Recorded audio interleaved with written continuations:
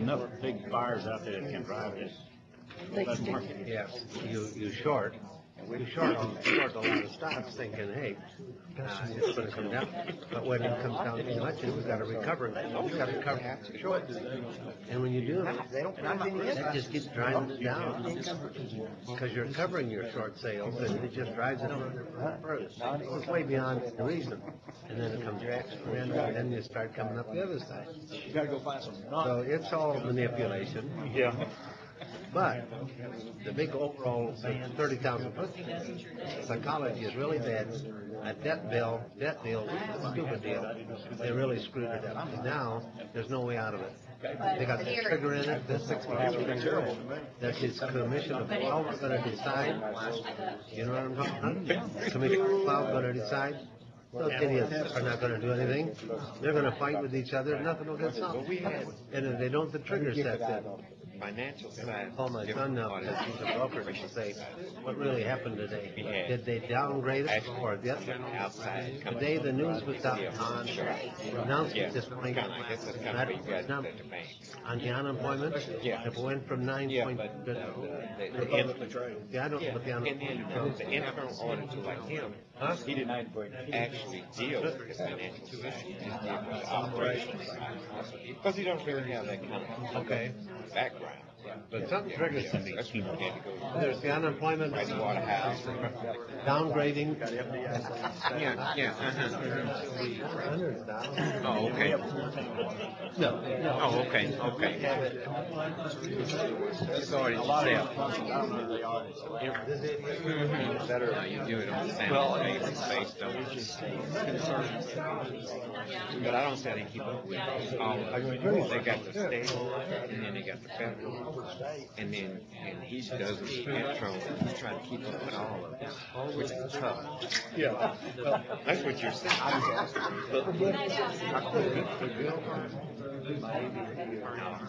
We'd have to hire somebody else to do that, and that's more money out the door. You know. I just look at the sales regulatory agencies. Oh yeah. All the places you. Yeah, states and federal. You know, I don't know if you got any locals, maybe three of those too. You know. Yeah. But you're right. I don't see how you can. Yeah. But he's got a. Sure was. Wasn't it? Yeah. Maybe you can understand. Actually, got two yeah. To do it. Yeah, and do everything. Yeah. Dealing with finance.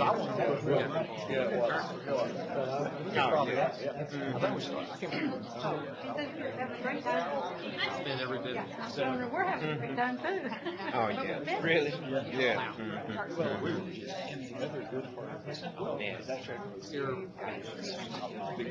Oh yeah, you told me some stories. I think And the deal was we spent all keep an eye on fighting fires, and not planning. Not planning. Yeah. Yeah, it's all you want to do. Yeah, I remember. Well, and Jason came on board, and he bailed immediately. But you're right, there's too many of them. Yeah, you know, what do we work? Well, this year, Texas Higher Education coordinating for it. And then what do we do? You know, and how do we make sure all those things are right in his review process? And looking at our because it's going to be a different form. and then you get something from the state and everybody says, that information is incorrect. Regular GR. Yeah. Yes.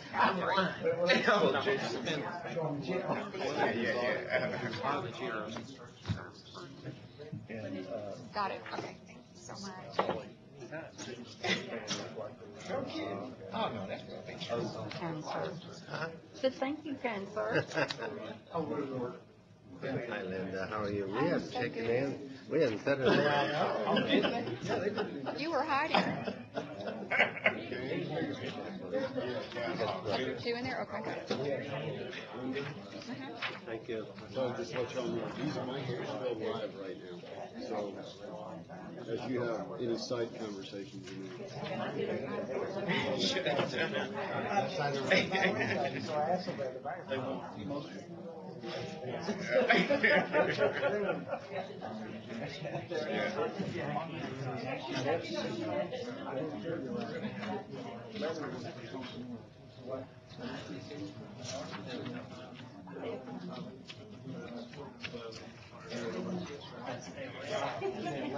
Find a Coke machine.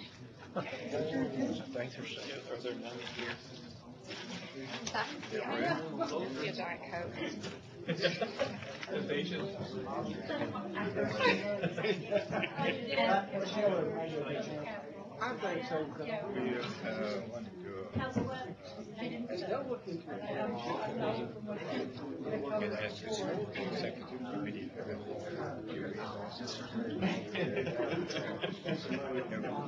My problem is remembering to put up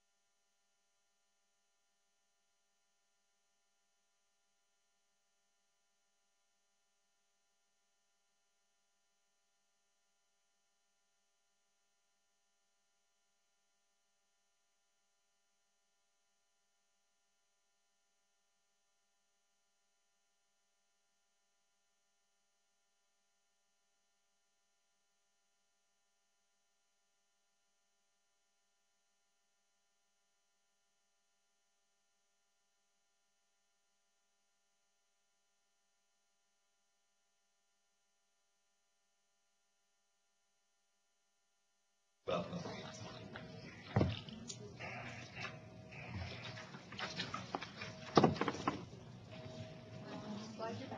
Before the chairman starts, I gave you all a copy of an op-ed piece in the Corpus Christi Corpus Christi Caller Times. It deals with our very issue. Look at the third column where it says 200 welders from Mexico came in the airport for mistake to go to Mexico, welders, Caesar, to go to Key West. The very thing we're talking about, the shortage of welders, they're bringing them in from Mexico. Yes. Yeah. Okay.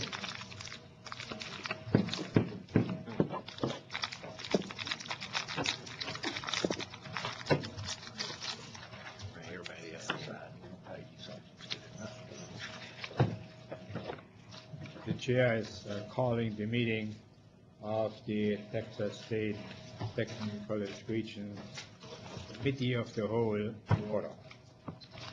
This Thursday, August 4, 2011, and the time is 2:17 p.m. And the meeting has been posted properly at the courthouse and with the Secretary of the State. And the first item on the agenda is to determine a quorum with the region's please state presence. Joe Gorecki, present. J.B. Martin, present. Mike Morscott, present. Joe Hearn present. Linda McKenna, present. Ella Skinner, present. Penny Forrest, present. Gene Seaman present. Wolf Happen present. And we have a quorum for the meeting. The first item on the agenda is an update on the TSTC Marshall activities. Chairman, I'm trying to get it right here.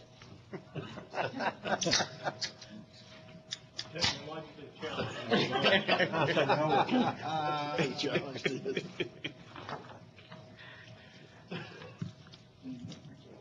There you go. Yeah. We teach you here.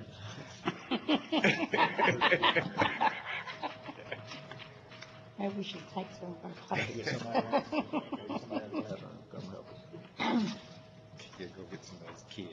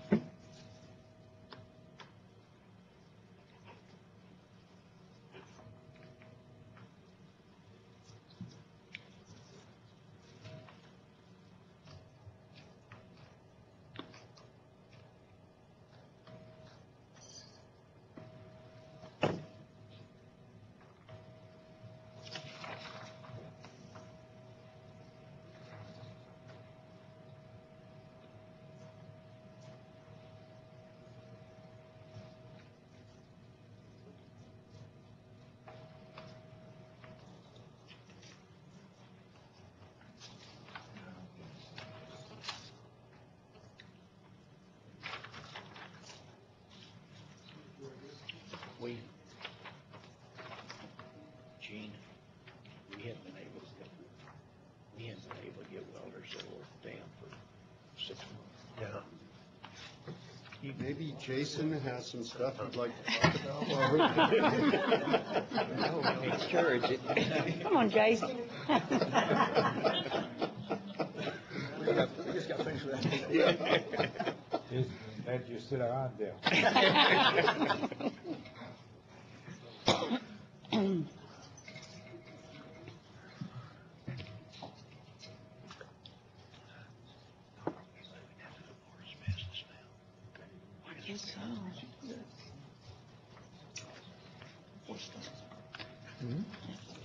Runs it. How was your? Oh, that's great. That's my grandson. Yeah, that was after the. We met that. Mouse is You all come through Corsicana.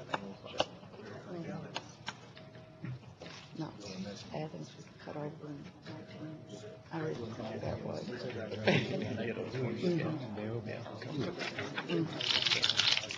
I'm not sure it's. That's about the quickest way. It is. Somebody they go through Tyler would be. Oh, I don't want to use the word welfare. What's another word? Had a great whip on. yeah. Oh, We're just not. now we'll have some mapping. We're just gonna go. Now these go. It's the wonderful word. I thought this was tomorrow. You know what? I'm tap dancing right after you.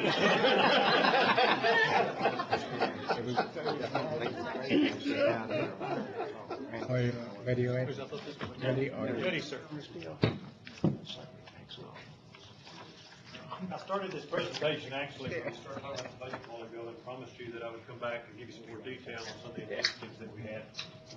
So my purpose is to talk about the outcomes funding and how we're going to do things to support it. As a reminder, we're funded on replacement, not effort. No enrollment or enrollment's sake. And it's about finishers and results. We don't get paid for trying anymore, and this is not my sentence, but I've heard it from somebody, and I thought I would put it here. It says, neither do the students. They come here for skills and a job. And so I think that they will find that this is a much improved process. These are the areas I'm going to touch on. I briefly will talk about the changes in the offerings. The math initiatives are really neat. I started talking to a couple of folks earlier about that. The new term, Texas Tracks. I'll tell you what that means in a minute. We're really proud of our early college high school, but not just proud of it. It's a pathway or a pipeline into the college and also enhances placement and finishers. Assessment Center, last year I called that the Veterans Veterans Assessment Center, but now that it's the Assessment Center, some grants, and then a national recognition that we're particularly proud of. We need to repurpose our resources. Mike asked earlier, what's the impact on your students? We've had to cut some classes and add others. Right now, we're going to cut out environmental safety and compliance and enterprise skills certificate and possibly one more. It's under review. I'm not prepared to announce it at this time. But we've already notified the students that we'll be doing this, and the current students have 1 year to complete their degree plans and their certificates, and so that would not be a problem. They've been hand massaged. Why were those selected? In Texas, the numbers were small. So there's a lot of resources. And the environmental safety plants, we have a good program, but most of our students will stay local. Those jobs were not found in the local area. And so as we evaluated all the criteria, those are the ones that showed the least pain. And so that's just part of our analysis. Program offerings. Every once in a while we come to or people will come to us and say, we have a need for, fill in the blank. We had 3 of those that are in red. The Geographic Information System, a GIS, a lot of people use that in their businesses, and they said, we think we need GIS tech.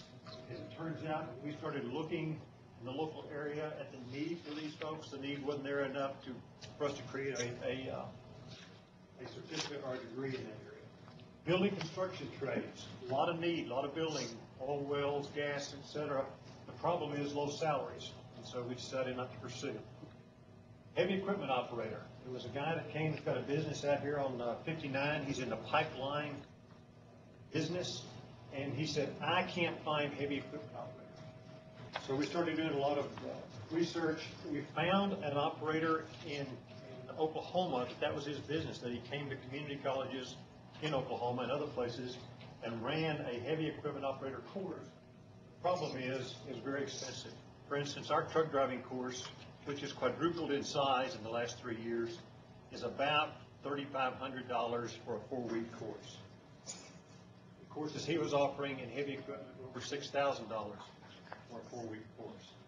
And We haven't given up on it yet. We're still looking for grants in order to be able to, maybe from the Workforce Commission, to get some of this, because there is a need. So we haven't given up on that one right now, but it's on life support. The things we have looked at and decided that we think are relevant and we could reach them for this medical office technology.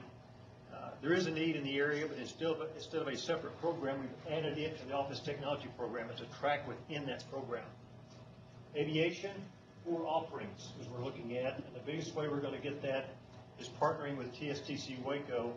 Right now, the FAA is the holdup on those programs because we want to do it by virtual or distance education. We want to tie into the Waco programs. One of them is the tower operator, FAA controller, the people sitting in the control centers, pilot training, which we've already got a pilot training offering, but it's smaller than what Waco has, and then aircraft maintenance would be the 4 we're looking at. Is the traffic tower, can that be virtual? Is that going to be a virtual product?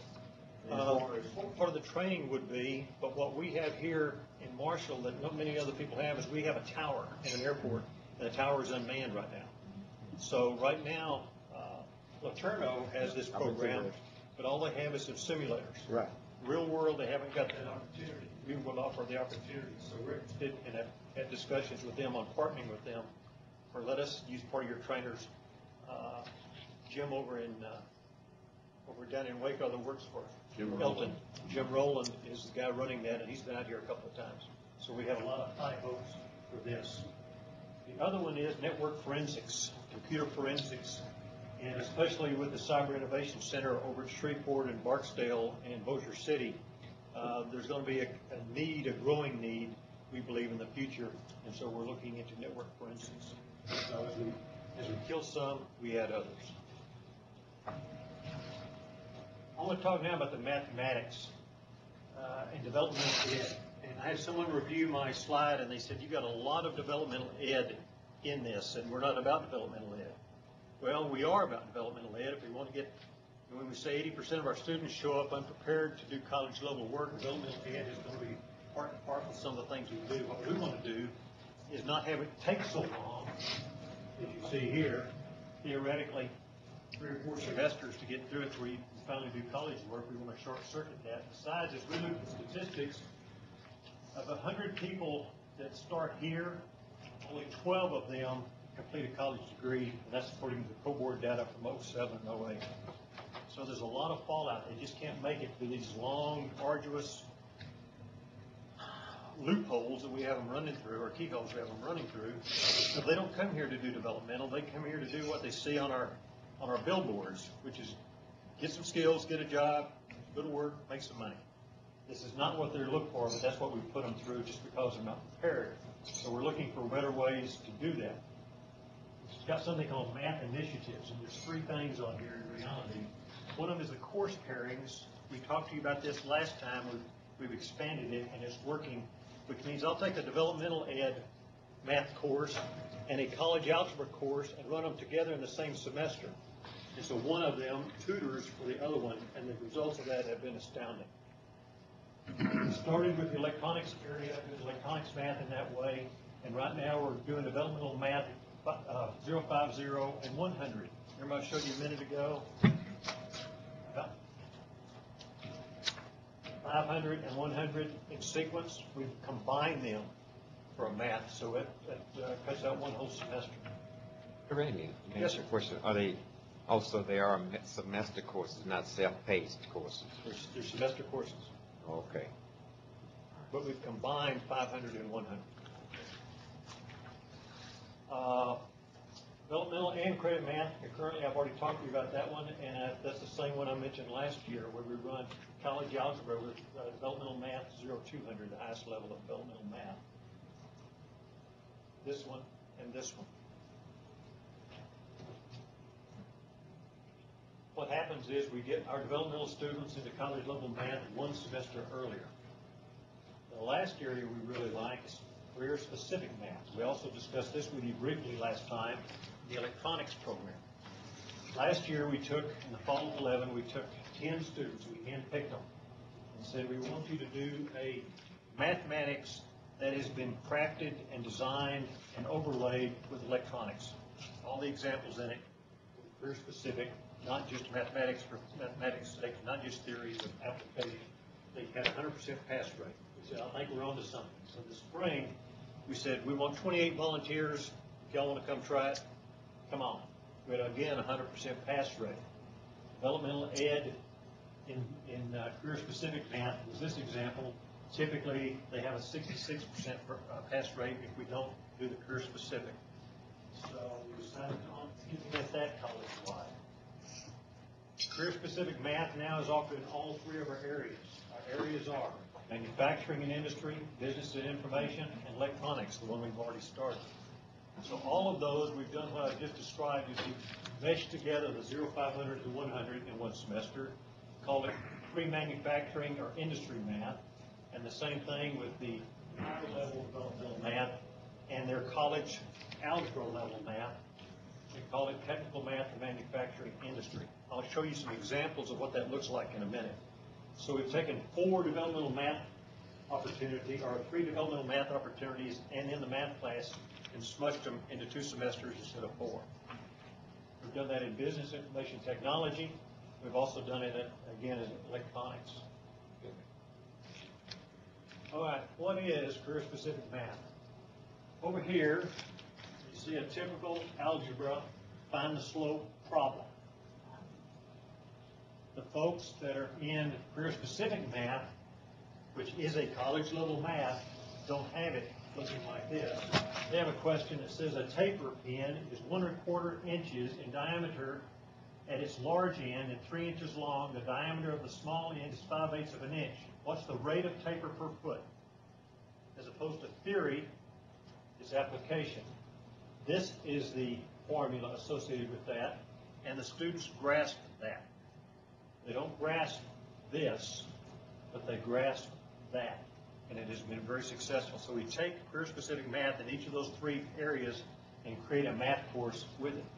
I introduced someone in here, Gene, I think it was you, to Greg McDaniels earlier today, and that's what he was teaching in that classroom.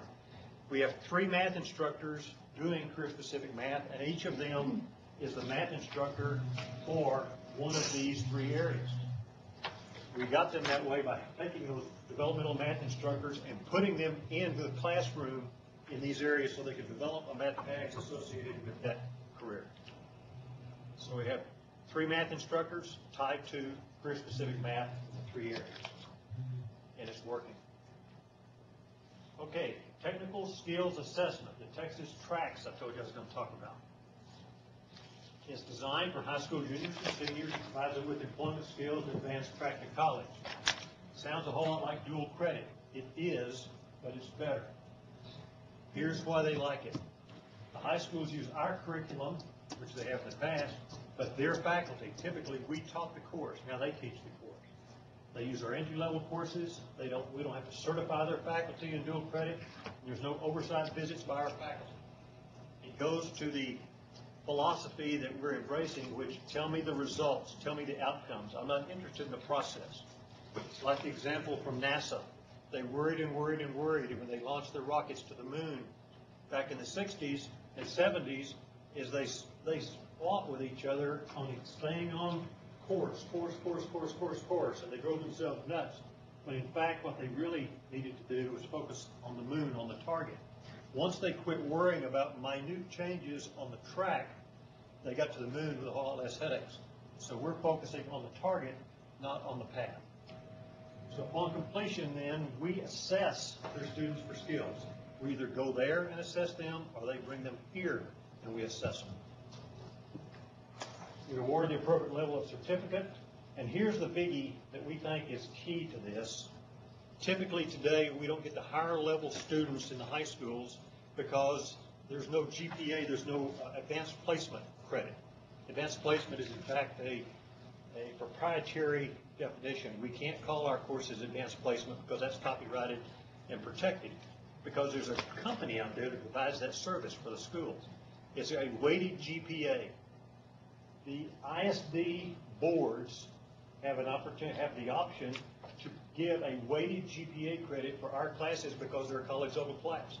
So the parents that in the previous times would keep their student out of a technical course because there's no weighted GPA, now have the opportunity to put that student in our technical courses. So we're thinking we'll get a higher level student.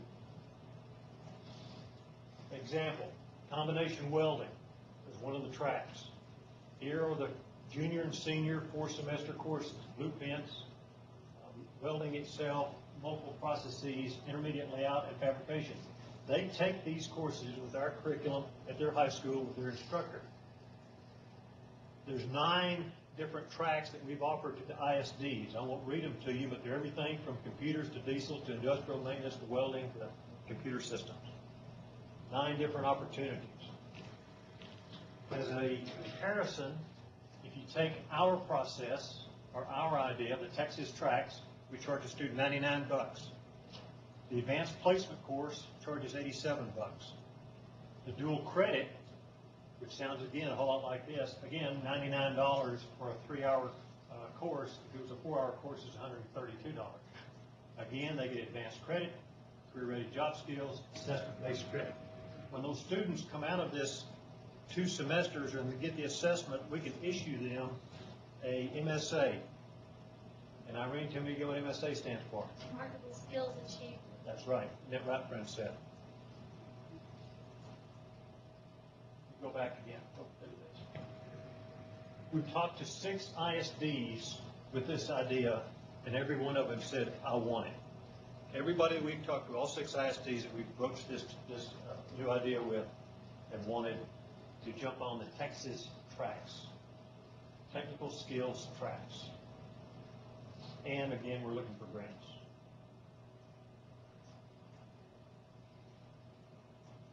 Okay, shifting gears, early college high school. It's the Texas Early College High School. The abbreviation is Texas.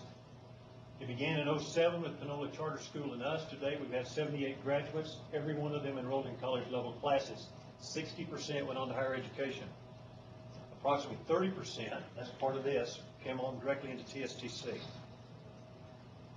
This is something we're particularly proud of, and I'll show you another slide in a second. No Texas Early College High School student has ever had to retake a single level of the tax test. 40% have earned commended performance level. So when I saw that, I asked my staff, I said, give me some benchmarks of other high schools in Texas. And so since the chairman comes from Highland Park, we picked Highland Park as one of the benchmarks. So how do you think we did, Mr. Chairman? Right here. Pretty bad. Statewide, Texas, this is summary from 11, 94% pass rate with 31% across the state. Highland Park is 99% and 71%. Our early college high school is 100% pass, 40% commended. It's very good, especially when I give you an example of a couple of the types of students that we have that I don't think you have to do in Highland Park. First, Sarah, at-risk high school student, a little gal about this tall, blonde, came to us as a sophomore. She was the primary wage earner in the family. Her mother and father were both either crippled or health problems that they could not work. They were on welfare, basically. She was the primary caregiver and the primary money person for the job. She had failed all levels of tax and flunked the active places. We got her. She came to us again as a sophomore. She finished high school with 42 college credits. She transferred to UT Tyler, and she's expected to graduate this spring. She was a lost soul.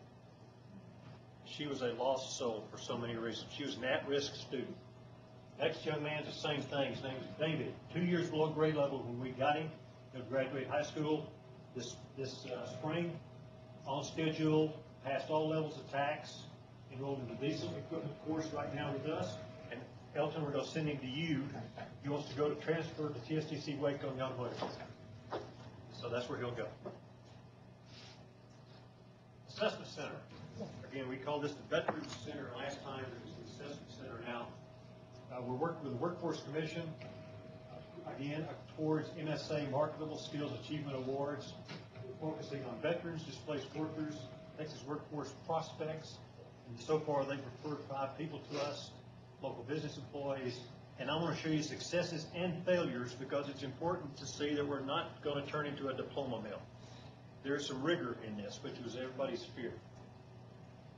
We used 5 volunteers or people who've been recommended to us by the Workforce Division. There was 4 welding and 1 for phlebotomy. 1 welder passed and the phlebotomist passed. So 2 of the 5 that showed up and said, I want to be assessed for my skills. I think I've got enough to get a job or get a certificate. 40% of them did, the other 60% did not. So they're in a developmental program with us right now. As of this week, a mass mailer went out to veterans organizations, retiree offices, and military education offices in Louisiana, Texas, and New Mexico. On our website, you'll see this page talks about show us your skills and earn a certificate to help you find employment, and it gives the cost of each of these types of assessments that we offer.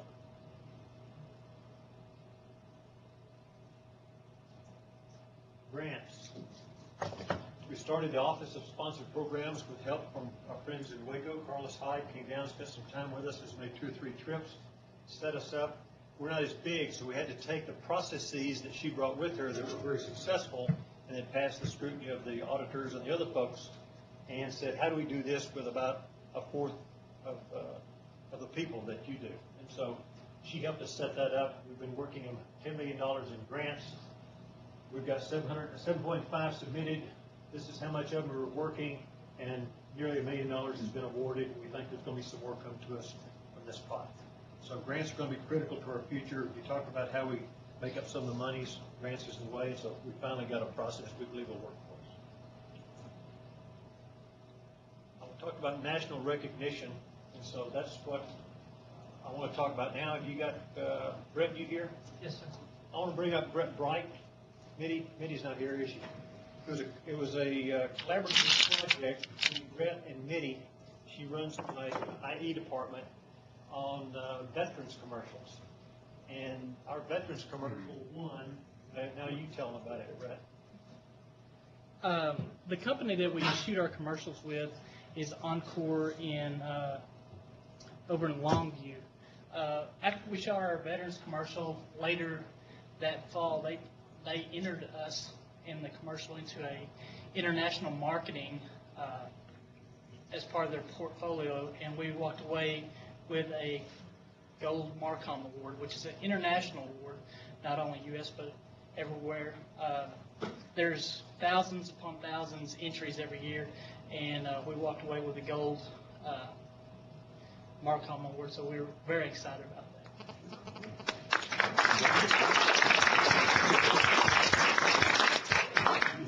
I'll drop it. We're going the 30-second commercial, so bear with us. We're going to show you 30 seconds. One of them is the award winner, and the next one's the follow-on to it. Can you click that for me? Texas State Technical College in Marshall wants to thank all veterans for your service to our country. For veterans, TSTC offers assessment that can give you credit for training you received in the military and help you get through school quicker. TSTC has trained thousands of veterans with technical skills and can help position you for a good job in the workforce. Many members of our faculty and staff are veterans, including our president. Learn more about Texas State Technical College Marshall programs and assistance for veterans at tstc.edu. That was specifically focused at TSTC in Marshall. The next one is a little broader application, and I don't know what you did at the end. Basically, this commercial, several of the staff, whenever we go walking through our internet cafe, we see our students always playing on computers during their break times and things of that nature. So if you look at every computer in that internet area, 5 of 6 of them are always on Facebook. They're always updating their status. So we developed the concept of updating your status, but not only updating your status, but your life as well. So we're tying our programs and the degrees that we offer into and kind of using the Facebook theory and updating your status in your life. One of the other things that we did at the end of this commercial is we made it very generic. In this video, we placed our phone number and website, but we also shot they cut us another copy of it without our website and our phone number, so other campuses could use this as well. So we could save money as, you know, we all have constraints on our market.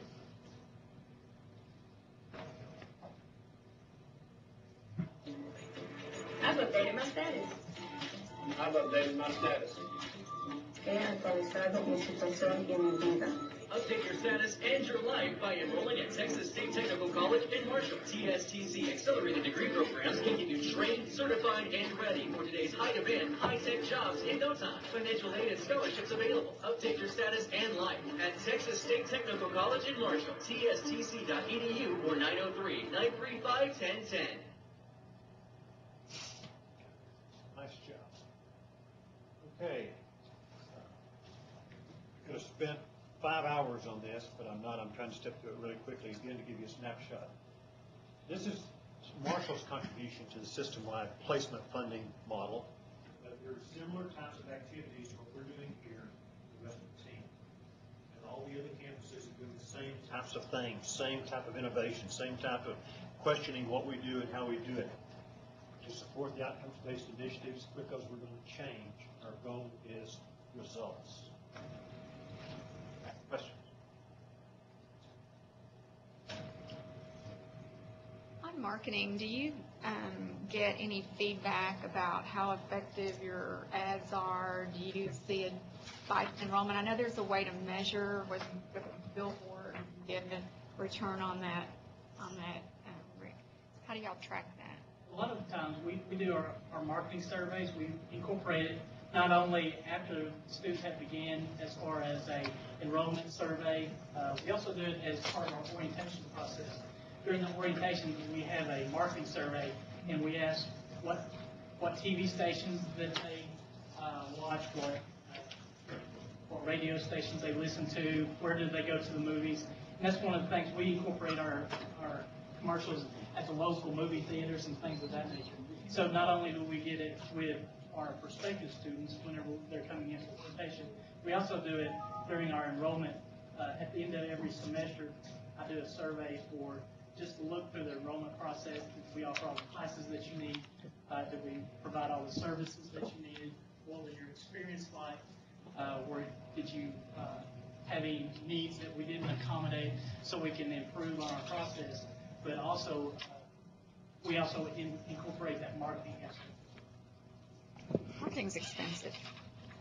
Yeah, it's expensive. Make sure it's inexpensive. Thank you. The other thing I found interesting is within the past, well, I get comments on these commercials all the time locally. I saw this, I saw that. So we get a lot of support from the local community, as you would expect, as do all the colleges in their communities. But I had a prominent businessman in a community who was less than satisfied with the condition of Marshall schools in the community and the lack of growth. Marshall's 25,000 people 40 years ago, and it's 23-something today. Used to be the same size as Longview back in the mid-'60s. And he came, he says, Randy, I want to come talk to you about our schools and what TSTC can do to help us in our schools. And primarily he was talking about his high school and his frustration there. At the same time, a brand new school board member who just got elected a month or so ago had the same conversation with me. He said, we need some help, and we think you guys may be part of the solution. So we've sat and talked with them, Irene and I did, and given them some ideas. And one of the things he said is, I've never heard of your early college high school. And we said, well, it's advertised. Matter of fact, there's a waiting list for it, and I hope to expand it. And he said, well, I think that's something that Marshall needs to tout, especially when he saw some of the results that I've here. He said, what happens is they get doctors or lawyers or whoever comes to Marshall, and they, primarily because of perception with the high school, they won't live here. They'll go to Hallsville. They'll go to Harleton. They'll go to Elysian Fields. They'll go to Longview and live there with their families. And that's one of the reasons that Marshall is not growing. There's several reasons, but that's one of the ones that everybody points to. And he said, I think that early college high school concept could really be large. I said, well, let us give you another idea. How about a career and technical high school? And we talked about the strata of the early college high school, the AP programs, the Texas track programs, the typical high school, and what you get and what you don't get in those. and the fact that since Marshall is going to be emptying some redistricting in their school system, there may end up being a public school someplace in the area that ends up empty or less than full. And they could take that facility if they're really serious about raising the level of the high school. And so he found that more than interesting. He was very enamored with that idea. So we're working with our local communities, as are all the TSDCs, on the education issue. And the fact that we're going to be going to placement and results was very interesting to them also. Randy, what would TSTC's involvement be with that technical high school exactly? Because, Sweetwater's facing the same type of scenario. So how would you be involved? I would take the Texas Tracks concept that I just showed you, and depending on where they started it and how they operated it and whether they said you've got to be a cohort moving through it or whatever, I would think that a large segment of that student body would find that our technical courses, especially with the other things we've got in developmental math to help them come along, and the fact that those are in fact high school and college students, like an AP course, I think that that's part of the solution set. When we can take 80% of our students come here not prepared to do college level work and go through developmental math. 12% make it out the other end. When you look at all the stats to a degree. We think that's, well, if 70% waste was bad, 78 or 88% is even worse. There's ways we believe we can be part of the solution set to fix that. Some of the innovations and innovative thinking that we've come up with, and the success that we've shown that they have. When you can cut that turn time in half and go from 66% people passing it to 100% people passing it, just with the Greg McDaniels and the other folks we have down here, I think that we could go a long way into helping our local school system and the city of Marshall. Irene, you got anything you want to add to that? The other concept that we discussed with them is what we're doing in Longview, whereas we know that we can teach diesel in Longview, but it's not viable for them to send their students here. They are actually giving us their automotive lab and letting us gut it and revamp it. And we'll be teaching high school students and our college students on that campus. And so that was another concept that we talked to them about, the career and technical, so that we don't duplicate efforts and equipment, that we would have our college students come to some of those classes.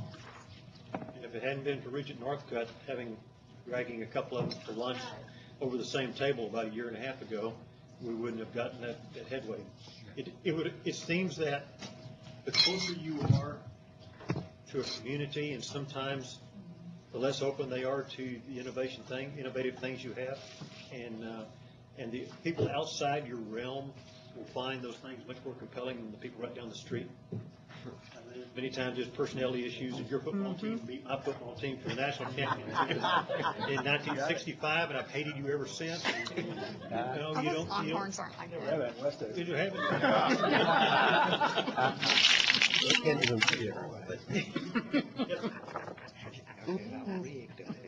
Thank you, Jeff. Thank you very much, Randy. I think it was a very interesting report and a good report. Thank you very much. Mike, you have some comments or Yes, some sir. later? I'll go ahead and do my comments right now, if that's okay. Fine. Then I'll get them out of the way, since Randy's already gotten going. By the way, one of the really interesting things is the last few minutes, think about this. What we were talking about is, how do we get shop class back in the high school? Yeah. That's exactly it. Yeah. That's exactly what we've been talking about. That's a good point. Yeah. That's a good point. So what I wanted to do, and I'm going to go really quickly if I can. I'm second only to Jason in my verbosity. Give you a big and so let's go through here. These are the 5 things that I want to talk about, and I'll try to go through them very quickly. Marketplace, funding formula, growth, the legislature, a bit about the future and not just the past, because I expect that we'll talk some about that too. Operational approach. The first is the marketplace. Here's the deal. We're different. We're different on purpose, and we're different for a really good reason. And that really good reason is our economy has a growing demand for the kind of students that we complete. And our economy is essentially dependent on the success that the U.S. education system has in producing these kind of folks. I happen to personally believe it's the single biggest constraint we have in the education system is, can we produce the technicians we need in order to remain at the top of the economies in the world? So we're in the catbird seat from that standpoint. And our overall approach is going to be, we're different, that's good, it's on purpose. And so we will constantly be beating that drum. We'll also look at different ways to continue to do delivery. You just heard Randy talk about some. How do we get the technical delivery systems there? Our operational organization will continue to shift to make sure that we're constantly refining ourselves, and then we have expansion strategies that will be dependent on our marketplace position. The new funding formula. I wanted to bring this to you. This is the actual law. So I invite you to read it, with the exception of this part right at the bottom, which is my editorial, which I added.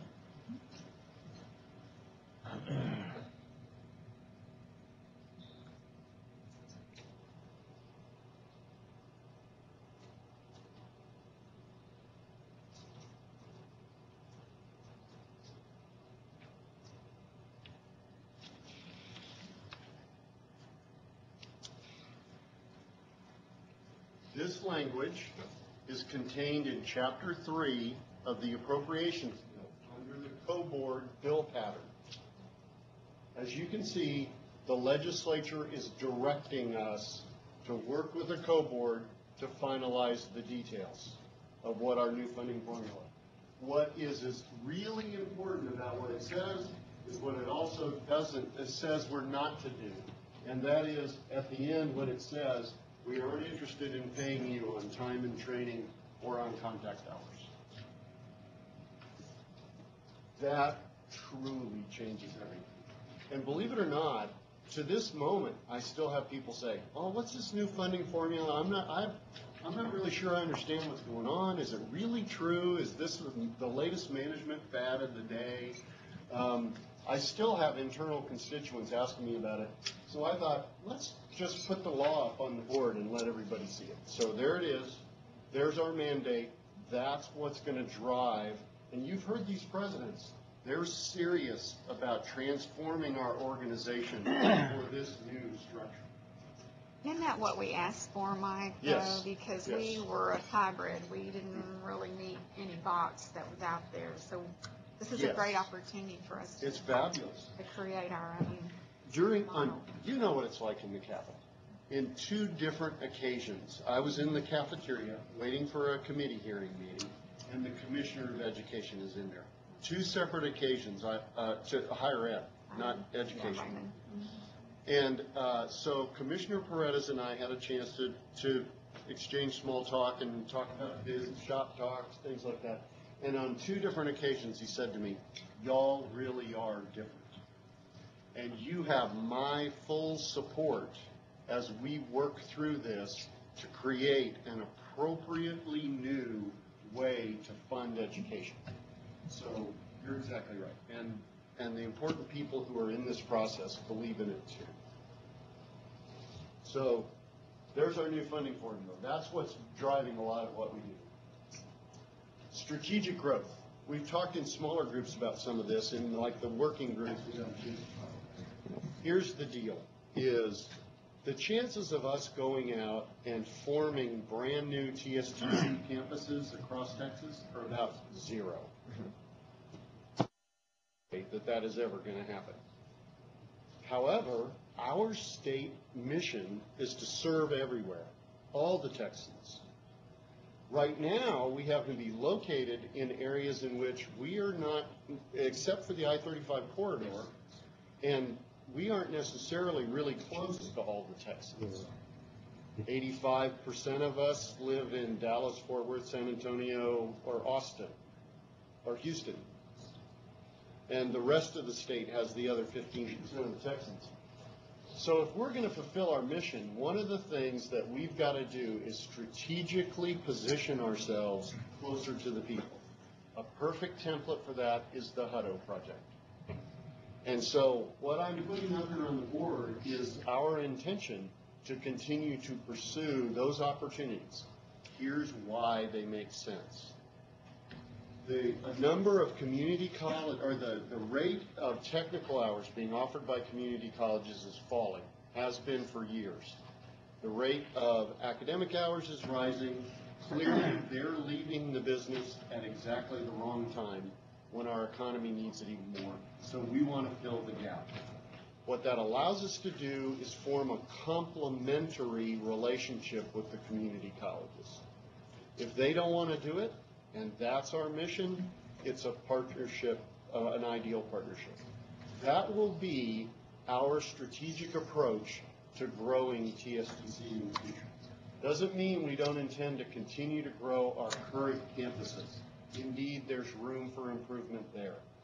But what it does mean is the incremental return on a dollar invested in a fresh market is usually a better return than just trying to continue to hit on the mature ones. Yes, sir. Mike, what's the reason? Economic, political? Why are they moving away from the technological to the academic? Liberal arts, academic. Culture, there's cultural. Well, there's a couple things going on. So I'll run down a few of them. The first is the Closing the Gap initiatives. The Closing the Gap initiatives for years have been aimed either explicitly or implicitly at getting more people into baccalaureate outcomes. Therefore, the two-year schools have looked at that and said, my part of a baccalaureate outcome is to do more transfer business. That was enhanced by tuition deregulation that occurred in 2003, and the four-year institutions raised their average tuition, all 27 of them, by an average of 50 to 60% within 4 years. So it drove a huge part of the market over to the community college side. Finally, technical programs at the two-year level are significantly more expensive to deliver than English or math or the other gen ed situation. You know, we could do probably 100 different classes in this room right here, just like it's done. But if we wanted to teach chemistry in here, can't do it, don't have the equipment. We wanted to teach diesel in here, can't do it, don't have the equipment. Technology is just more expensive to deliver. So all these come together in a perfect storm to cause the two-year schools to focus more on academics, less on technical, and that means opportunity for us. At the high school level, the state rewards the CATE, career technology, $1.35, or is it $1.30 now? $1.35 compared to, if you're going to take biology, it's $1. But if you take auto mechanics, it's $1.35. Mm-hmm. So there is a higher cost because there's capital needed. What we're seeing in Del Mar colleges, they're constantly working with A&M for seamless transfers. So it follows exactly what you're saying. The economics of it is driving it in that direction. Yeah, and to be perfectly fair, we also get reimbursed at a higher rate. Nursing is up to 11, 7. How much an hour do we get reimbursement? What's our reimbursement rate on nursing? I haven't looked at nursing. Oh, you haven't looked at it? Oh, that's right, you're not nursing anymore. The point is that we'll get reimbursed in the old contact hour system. We'll get reimbursed somewhere around $4 for an English class or a math class. But on a technical class, we'll get reimbursed anywhere from 5 to 9, 5 to 10. 21. Yeah, 21, all the way up to 21. Air pilot training, $21 an hour, we get reimbursed for that. Now, look at the capital expense on an aircraft training. I mean, Waco has 17 aircraft in their fleet. That's a lot of money. And so the barriers to entry for those technologies are also really expensive. And what the community college administrators find themselves doing is going, that's just too complicated. It's just too hard. It's, let's not mess with that. We could do 15 zillion English classes and make way more money than we can one welding class. So those have all come together. So what we have is a situation, here's the beauty of it, perfectly complementary to our mission. We don't have to compete with the other two-year sector. We get to complement. And that's why starting a while ago, and in a most substantial way, we've had the latest example of Temple College saying to us, will you come to our SDA and open up essentially a TSTC right here in one of the fastest growing areas in Texas? So that's our strategic growth efforts. That's where you'll see us bringing to you all kinds of opportunities. Legislative approach. Start early. We have already had our first planning meeting, the legislative team, for the next session. The last one was barely over, and we'd already started our new one. We began to capture some of the lessons. What really worked? What could have been better? How are we going to approach the various players in the legislative session going forward? What sorts of strategies are we going to use? And here's what we know. We're going to start early. Consistent messaging really worked. We knew it when they started saying our message back to us. That's when we knew that consistent messaging was a success. A really, really important thing about next session is it's going to be a rough one again. So we have to make sure that this difference, this differentiation that we do starts with the fact that we might be the most relevant option they have out there in terms of higher ed. No one is better situated right now in terms of work, putting Texans to work. The differentiate is once again a thing. And then leveraging our influence. What we found was that we do better when we broaden the number of people involved in the process. And so we will very, very carefully begin to broaden that. And we have major influence at this table. We have major influence in our friends across the state. We have opportunities that, provided we're doing a consistent messaging, to make sure we don't get lost in the shuffle. So we've already started on next plan, and you can expect we'll be prepared to give you constant updates as time go by. Plus, we will ask you to help us communicate with your local legislators in your particular regions as we go forward. So that's the legislative approach. And then operation. Okay. Everything you've heard from the presidents today has all started with the outcome in mind. In a way, we know what we're supposed to produce. How do we reverse engineer into that?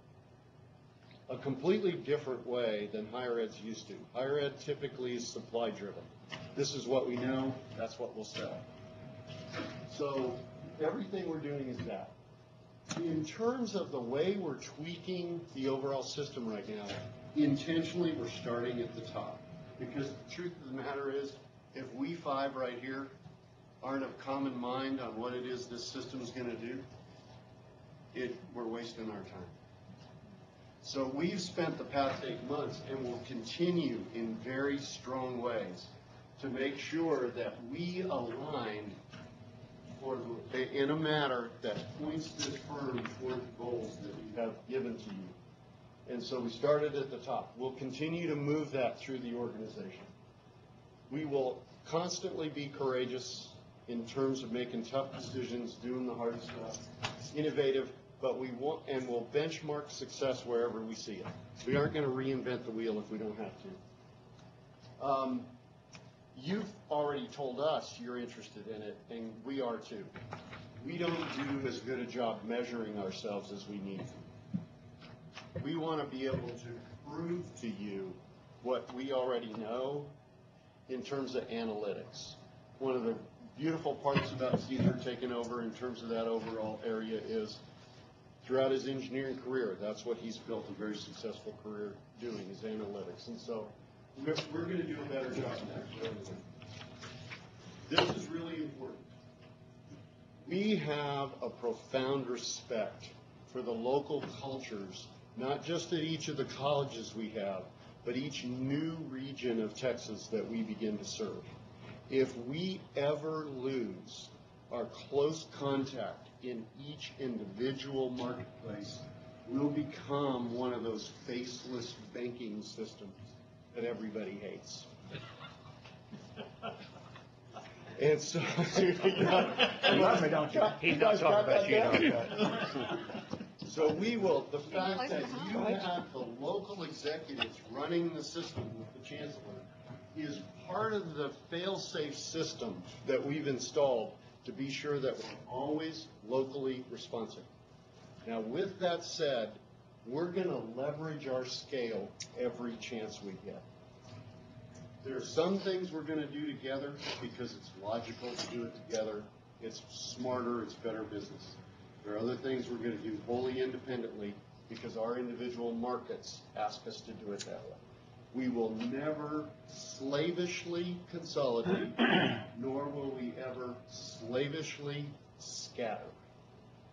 We'll work together for the benefit of all, remaining respectful to the locals, but leveraging the scale. And finally, when we win, we'll celebrate. And we'll also celebrate those failures. Randy? We often learn as much from those ideas that don't work as we do from those that do. And so you'll find as we move forward, we'll continue to do this, and we'll do so as a whole team. So here's what we'll be.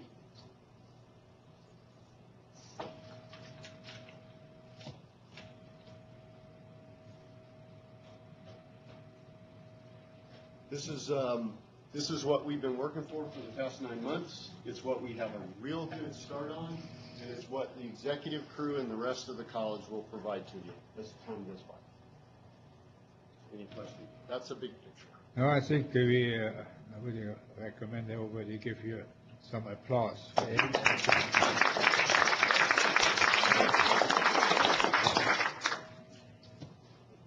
Should take care of the annual performance review.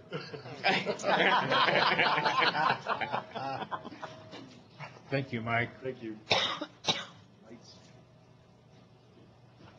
The committee of the whole is recessing at 2:14 p.m. to convene to the standing committees. These committees are standing board committees, and each committee chairperson, may make some comments about mission, goal, and supporting the policies of the company. The first committee is the Committee for Student Learning and Student Development, and Linda McKinney is the chair. Linda? Thank you, Mr. Chairman, and all members of the committee are present. Unfortunately, only myself and President Stuckley were at our working session this morning, along with Will and Francette, who brought great information. But our working session this morning focused so much, we had so much discussion around those things, Jean, and many of you brought up about, how we go about moving into this new funding formula that's based on placement and outcomes. And so I think, as we move through our reports and our minute orders today, we may stimulate additional discussion among the committee members and the committee of the whole. We do have a couple of minute orders. President Stuckley will present those as well as our reports, and then we can have any discussion on any item as any of the members see fit.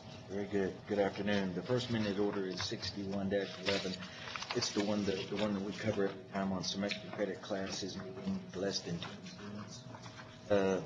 As in the past, under minute order 26-09, it's up to the board to establish and to recognize and to approve those classes with less than 10 students. during the past 5 years, we looked and broke that down even further and looking at classes to where we felt broke even, which was a 7 to 9 mark, and then classes with less than with 6 students or less. That were not break-even classes, but were necessary because of graduation and things like that. So, according to the definition, TSTC defines a small class as any class or group of students as has less than 10 students as of the term's official census date. And it talks about the instructor needs a scheduled location at a specific time according to the official class schedule. This does not include courses with instructional methods such as clinical, co-op, internship, etc. The goal has always been on average to remain under 10% on average across the system. The percentages do vary across the different colleges in the system because of size, location, and where they're located. But the goal has always been to maintain some percentage on average of less than 10%. We are within those limits. The numbers of classes that are shown for each location are represented on SL2 through SL10.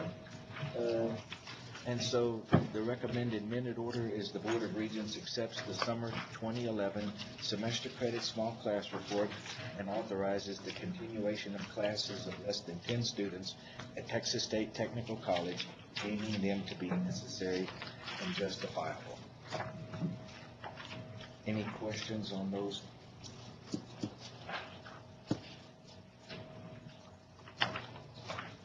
The next one. Minute Order 56-11, a consent item, declaration of the buildings 1GL1, 1GL2, 1GL3, 1F, 1IN, and a portion of building I1TC is not needed for educational and training purposes at Texas State Technical College, Waco. Every year we're at Waco the opportunity to build 2 new facilities. We opened up our golf course and landscape management program this past year. We're building a new culinary facility. Because of those, we are taking the current buildings where those transferred from or will transfer from and deeming them not needed for educational purposes. This will indeed help our room utilization statistics and numbers that we receive from the co-board every year.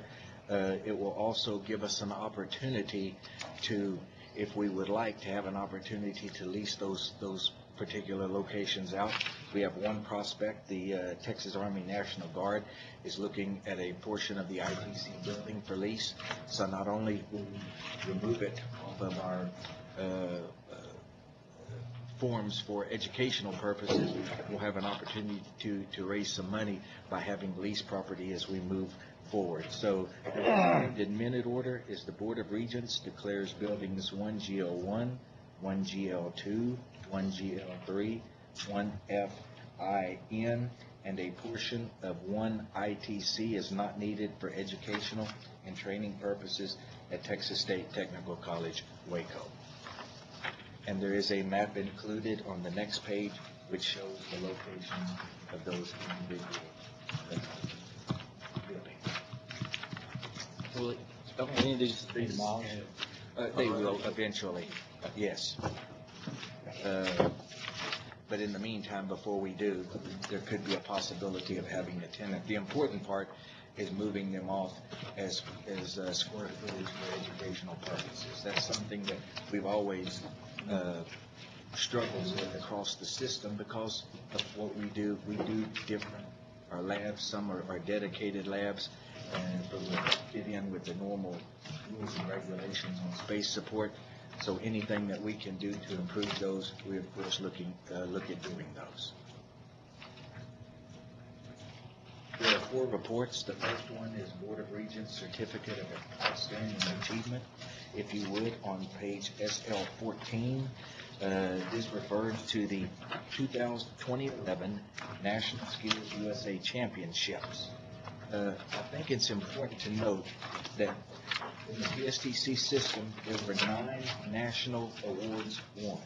And I'm not going to read them to you. 2 gold medals, 2 silver, and 5 bronze. What is important to note are 3 things. There are over 300,000 high school and college students that participate in Skills USA. In 2011, more than 5,500 students competed in national competitions in 94 different areas. The last thing, the most important, and it shows us why and the quality that we produce, is that these students won 9 of the 11 medals won by Texas post-secondary competitors. That speaks very highly of TSTC. You know, one way to advertise, bring in one of the local newspaper or television, that's what we are. That's good. So it's a way to concentrate,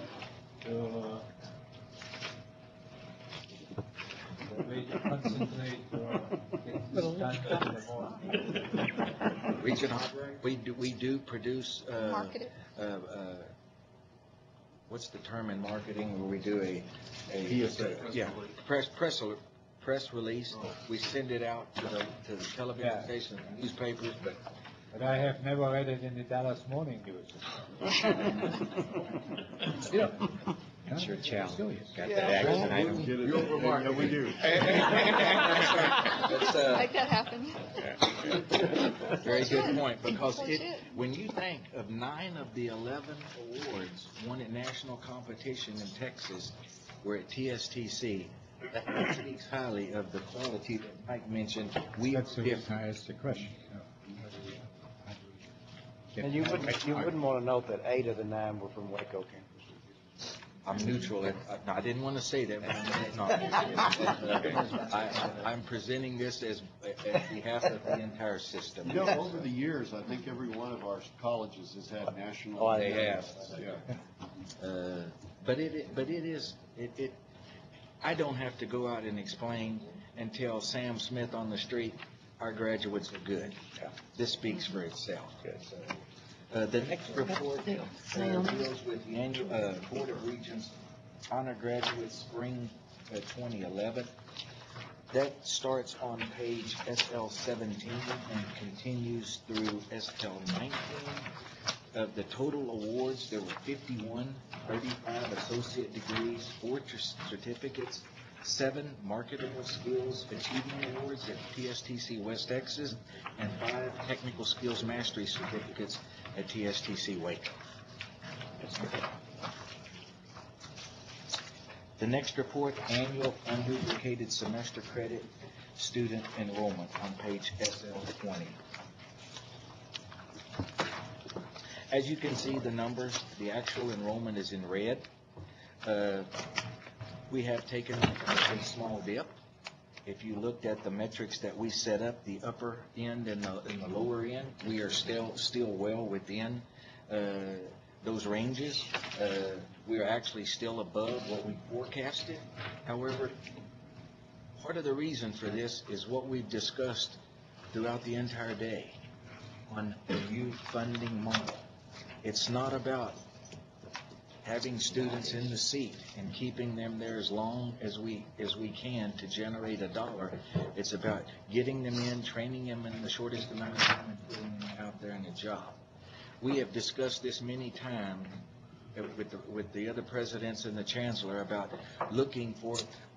There's going to be some ups and downs on enrollment. It's like was mentioned earlier.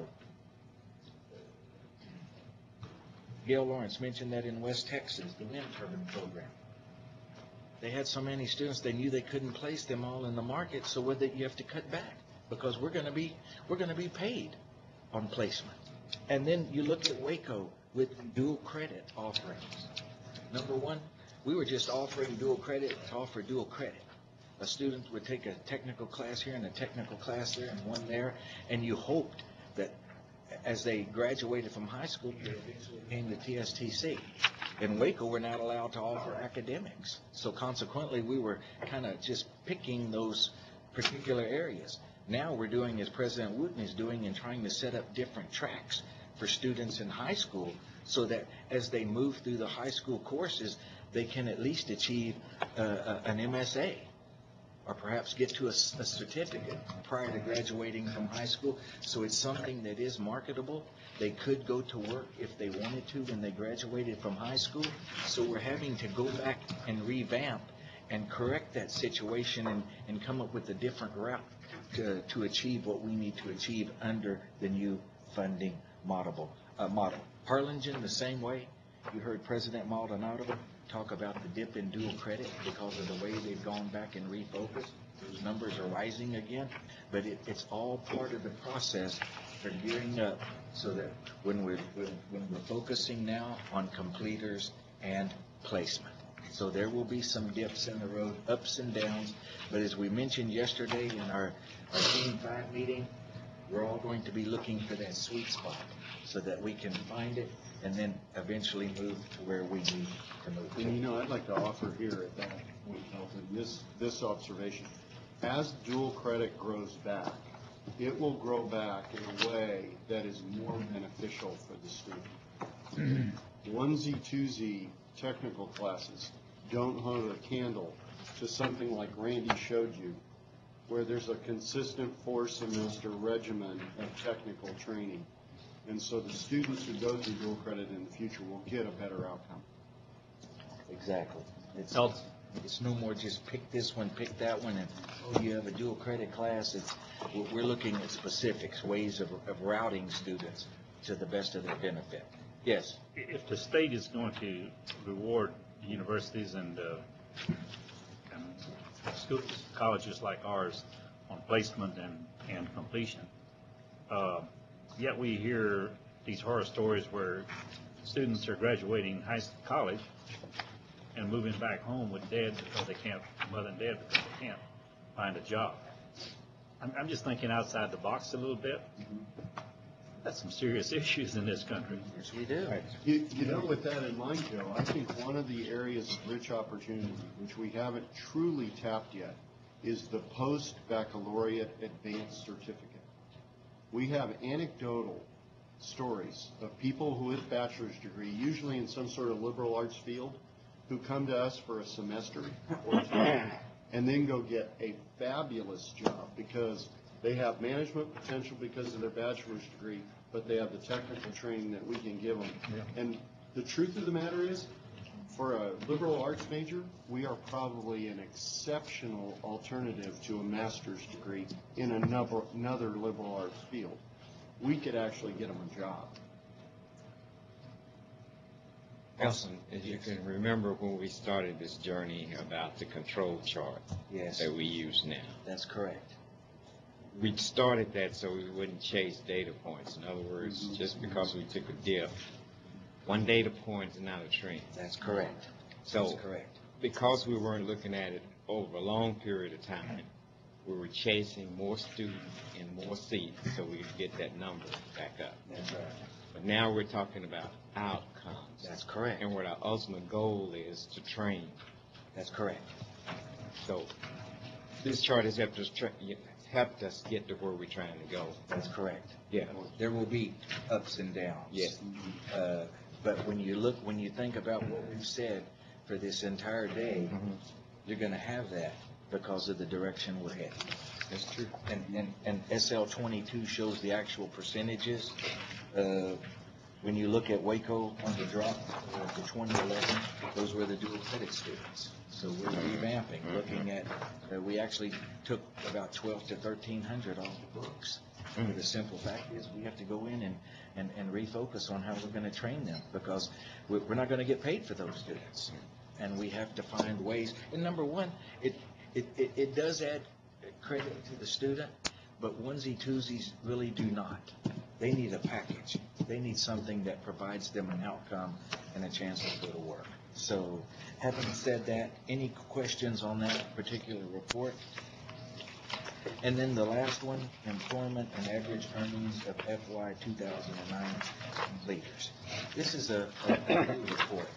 The first time where it says employment and average earnings for fiscal year 2009 completers. These numbers were pulled by Dr. Carnahan from the Texas Higher Education Coordinating Board from their accountability system. she and I have sat down and gone through those particular numbers, and when she ran the reports, she went back over and over and over to see if there was a way of checking to make sure her numbers matched what they had. And so she continuously worked on this. These are unduplicated numbers. The little footnotes at the bottom talk about how she came up with the numbers for the salaries and stuff. It was fourth quarter numbers, so she took that average, multiplied it times 4 to come up with an annual salary. The weighted average earnings that are in the very right-hand column are numbers that were provided to the Texas Higher Education Coordinating Board from the Texas Workforce Commission. Now, I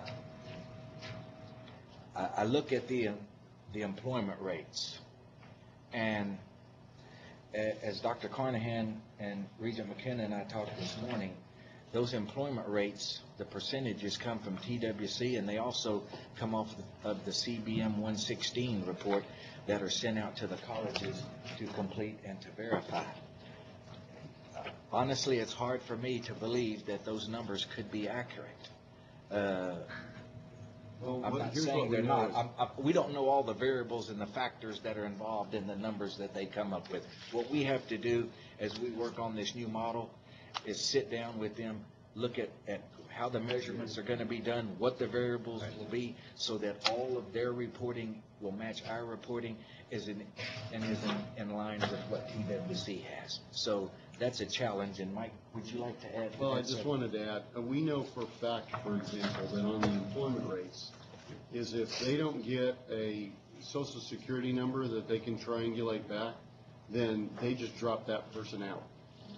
They don't count that placement. And so we happen to know for a fact that we have students who went to work, and we know what their Social Security number is, but if they don't have it in their database, then they don't go.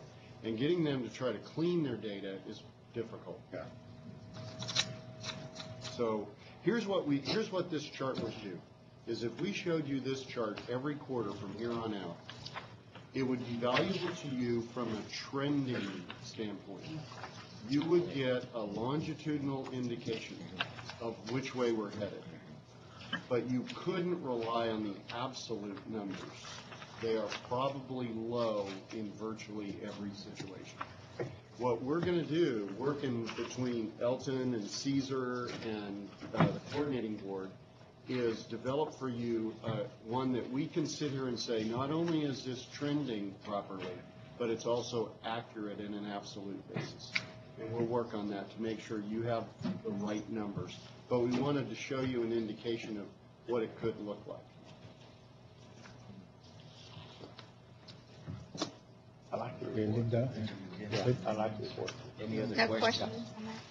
Mr. Chairman, that completes our committee. Thank you. The next committee, the Committee for Student Learning and Student Development adjourns. The time is 3:45 p.m.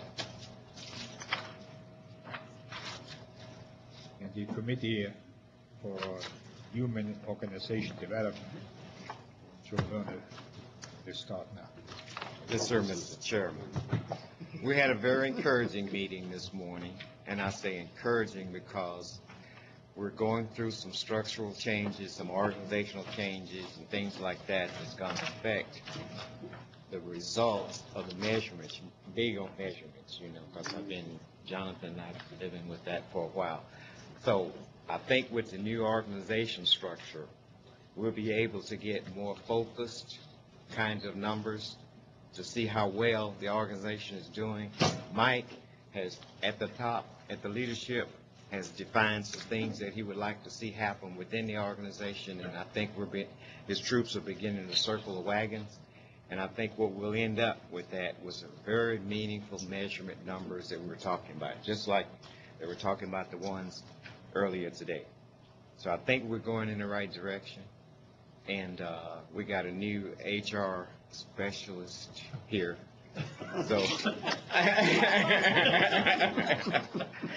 So I think the future looks very bright, and at this time we have a couple of minute orders, 6211, appointments of presidents at Texas State Technical College, West Texas, and 6311, organizational adjustment which I just talked about, and one report, the state appropriated employees. Sometime I'll turn it over to Jonathan.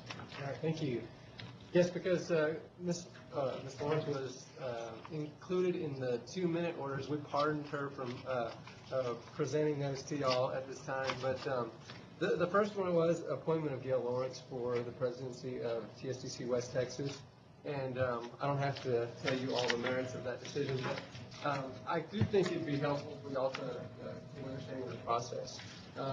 2 of our regents did get to participate in that, but not all of y'all had the benefit of seeing that. So our policy does require a national search, which we did conduct. We posted the job nationally.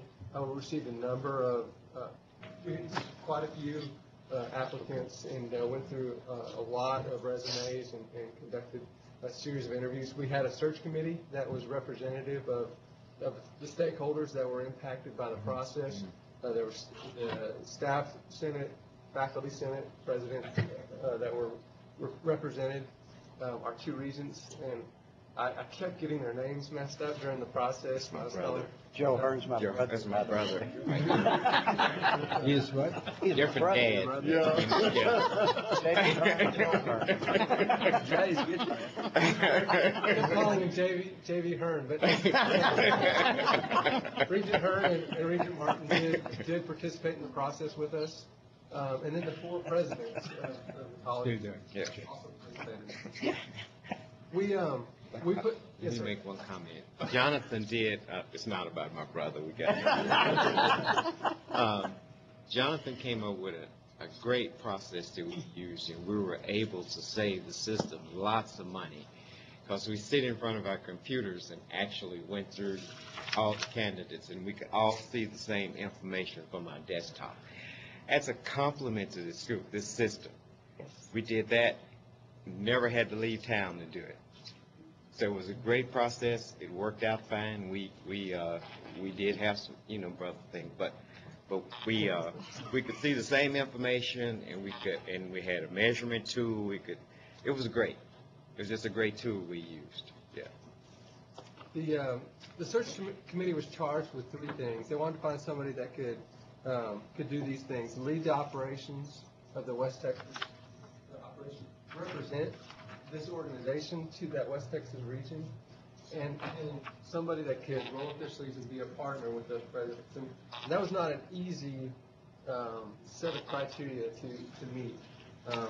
We actually conducted a number of interviews with 4 or 5 candidates, and then we actually did 2 face-to-face interviews there in Sweetwater. And after that, we decided to continue our process, and the presidents sourced some of their networks to meet with some other folks. But after evaluating person after person, the presidents, the committee really felt like the person that could do those 3 things in the best way for the organization was Gail Lawrence. So Mike Reeser asked for your approval of his appointment of Gail as TSTC West Texas president.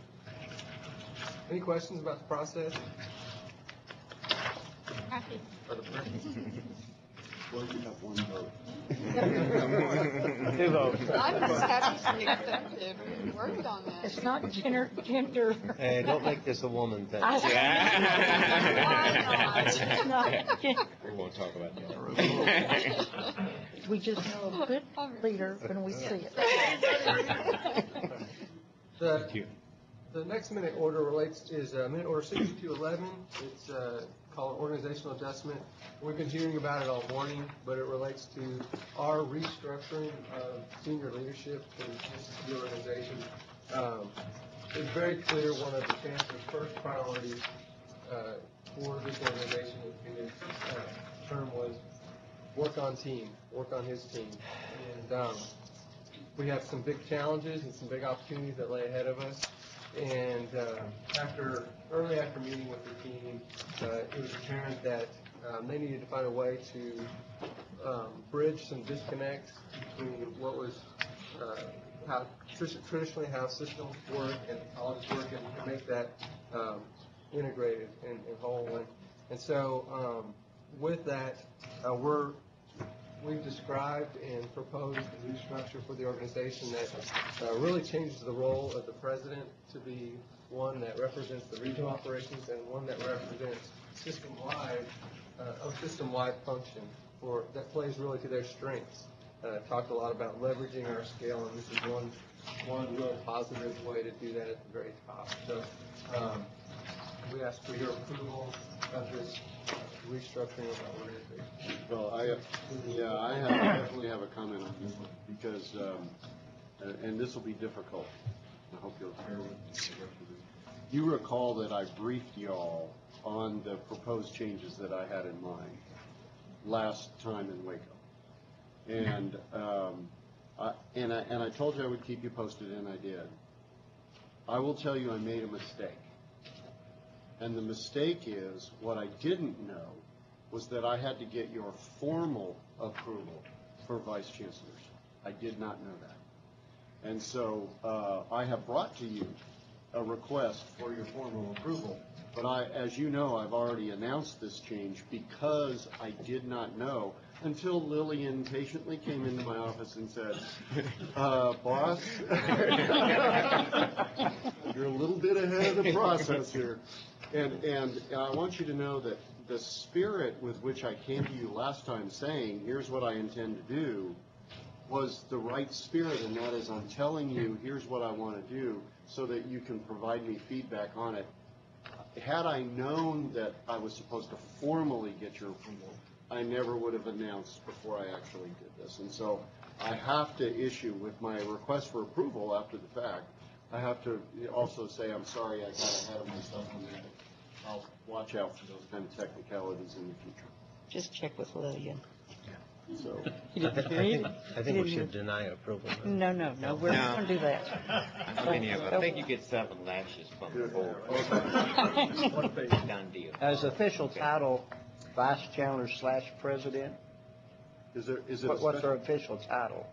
They actually, on the org chart, you'll find their name in 2 different bubbles. Okay. And in a matrix sort of way, it's really interesting. They actually answer to themselves. Okay. That's good. That's sad. Yeah. Some of them talk to themselves.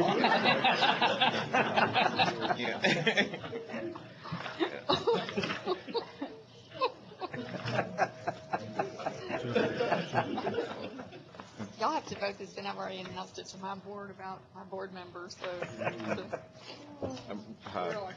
Brother Chairman, that's all we have. Okay. Okay. Are we going to Thank you very much. Wait. Okay. We'll vote There's actually tomorrow. one additional report. And it's just the routine report regarding our state appropriated number of employees, full-time equivalents, and you see the numbers there, and it shows that we are under our allotted amount, so we're in good shape. Thank you very much. This completes your report. Yes. So the Human and Organization Development Committee adjourns. The time is 3:44 p.m.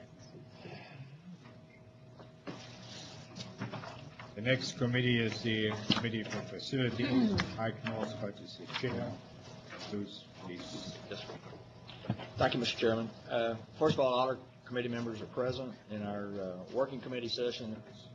Paul, myself, and Penny, and Rolf came in and was with us a while. And I guess the main thing that came out of that session was obviously some things we've discussed certainly the last meeting and maybe before was some of the projects we're going to be there on the minute orders for Harlingen and East Williamson County. Obviously, it's continued discussion there, and that project's going to come to fruition.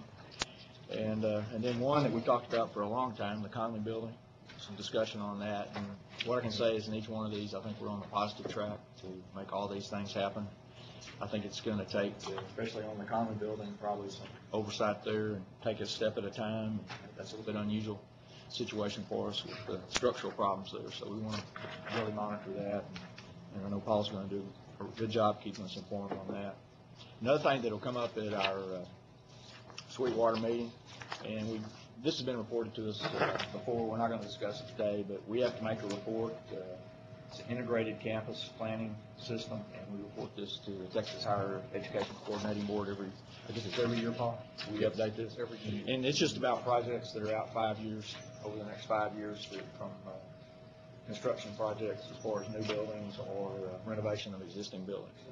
Paul's going to do a whole presentation on that at our next meeting. That's pretty much what we covered, Mr. Chairman, in that meeting. Probably turn it over to Paul. We have 5-minute orders. And of course, we have a couple of reports on a couple of projects. So this time I'm going to turn it over to Paul.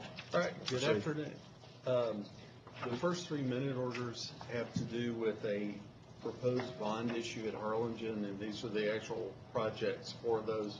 And Dr. Hendricks is up here because it may be if there's any questions that come up on the financing side and the bond issue side, we can kill 2 birds with 1 stone and not have to revisit it in the next committee.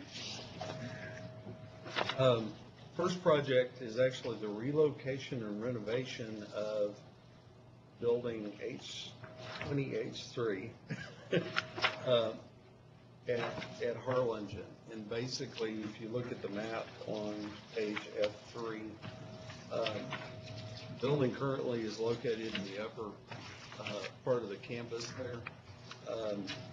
It's not very accessible. It also doesn't have room to grow. And so the Harlingen's master plan calls for that program and those functions to be relocated down here adjacent to the ag programs. And so the structure itself is a good structure, and so by dismantling it and moving it and rebuilding it, Harlingen will be able to provide themselves a good facility to do a lot of the technical instructional advancement that Dr. Maldonado talked about this morning for that program, which hopefully will be a good growth area for them. So, and I think you intend to have some student involvement actually in the project, if I remember right. That's correct. It will be a learning moment. The project will be using students and getting skill sets on that type of work. Another advantage that I add is that the current location is on the side of the campus that is adjacent to the airport. So as there's a lot of construction activity there, and we put up buildings, we move them around, we sell them, auction them off, and by moving it away from that area, it's going to enhance the appearance over by the airport. So when people arrive in the community and they see the facade that we plan to put up there for TSTC, it'll have a different look to it. So we ask for your approval of the concept for the relocation and renovation of building 20H3 for building construction programs at TSTC Harlingen. The project cost is $1.6 million and will be funded from a local revenue bond issue. Are there any questions? I'd just like to make a comment not about what we're looking at here, but on the action schedule, that's something that's been added, and hopefully that'll help each of you as far as committee members and the rest of the board, kind of what the timetable is. Help us monitor that. I think that's going to be beneficial as we move forward, as they offer them together.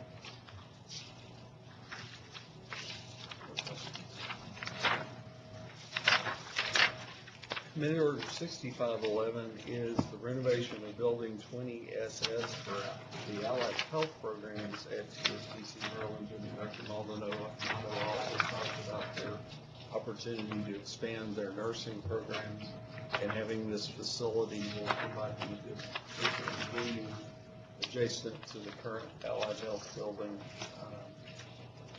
which is also part of the master plan for them to have a complex over in that area of the campus, as you can see on page 6. So, building U there is the current element. This project is also $1.6 million and will be funded from a local revenue bond issue. We ask your approval of the concept for the renovation of building 20SS for the Allied Health programs at TSTC Harlingen. Are there any questions?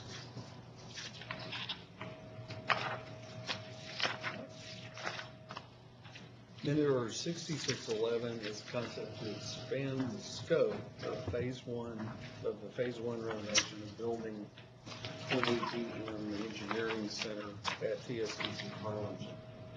The current local revenue bond issue, y'all approved a project to renovate the first phase of that building that we are buying through a separate project. This $2 million project will actually allow us to expand that $1.8 million project will actually allow us to expand the scope. That initial project was really not going to provide Harlingen all the space that they need currently and for the future to grow their engineering programs and AS programs that you spoke to about this morning as well. So this will allow us to renovate some additional square feet within that facility. One comment about the financing on this. Initially, we thought this would be a part of a Phase 2 expansion, but that was dependent on getting state revenue bond approval, which we did in the last session. And the outlook for that is not good anytime between now and probably 2015. So that's why this project is being expanded. We'll take the $2 million from the 2009 series bonds and add it in with $1.8 million from this to make a $3.8 million project. Say that there's 3 phases, is that correct? There originally were 3. What? We turned it into 2. Yeah. That's correct. And our request that we bring to you today would allow us to combine phases 1 and 2. Okay. And accelerate the space availability for the growth in the engineering, and also allow us to move into the open lab concept, where there's multiple labs in an open space, different disciplines that will move us toward the new project-based learning dynamic that we're looking at implementing in many of our programs. But the total project's 3.8, is that correct? For all 3 phases, or ever how many phases you've got? For No. the combined Phase 1 and 2. Phase 1 and expanded Phase 1 combined are 3.8. And what Phase 3 cost going to be? Don't know that yet. Not there yet. Generally, it's going to be about the same, about between 1.5 to 2 million. We were just looking at not creating the space availability until we had a need for it. Okay. The reason for bringing this forward is, Dr. Hendricks suggested is cost savings by combining phase 1 and 2 right now with the Sure. Makes sense. Okay. Any other questions? So we already have the $2 million bonds. Yes. Just an additional 1.8. So it's just an additional 1.8. But the total is 5.8. No, Total of of all total bonds, of bond issue. we need $5 million. Plus the cost of issuance. Those will be retired over what period of time? That would be 20 years.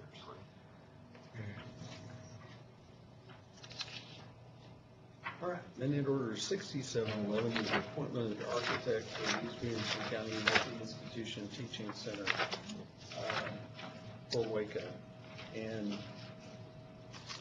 in compliance with state law, we issued an request for qualifications, and we received 45 submittals from various architecture firms all over the state. And I have to admit, I've done this probably 12, 15 times. I've never seen that many before.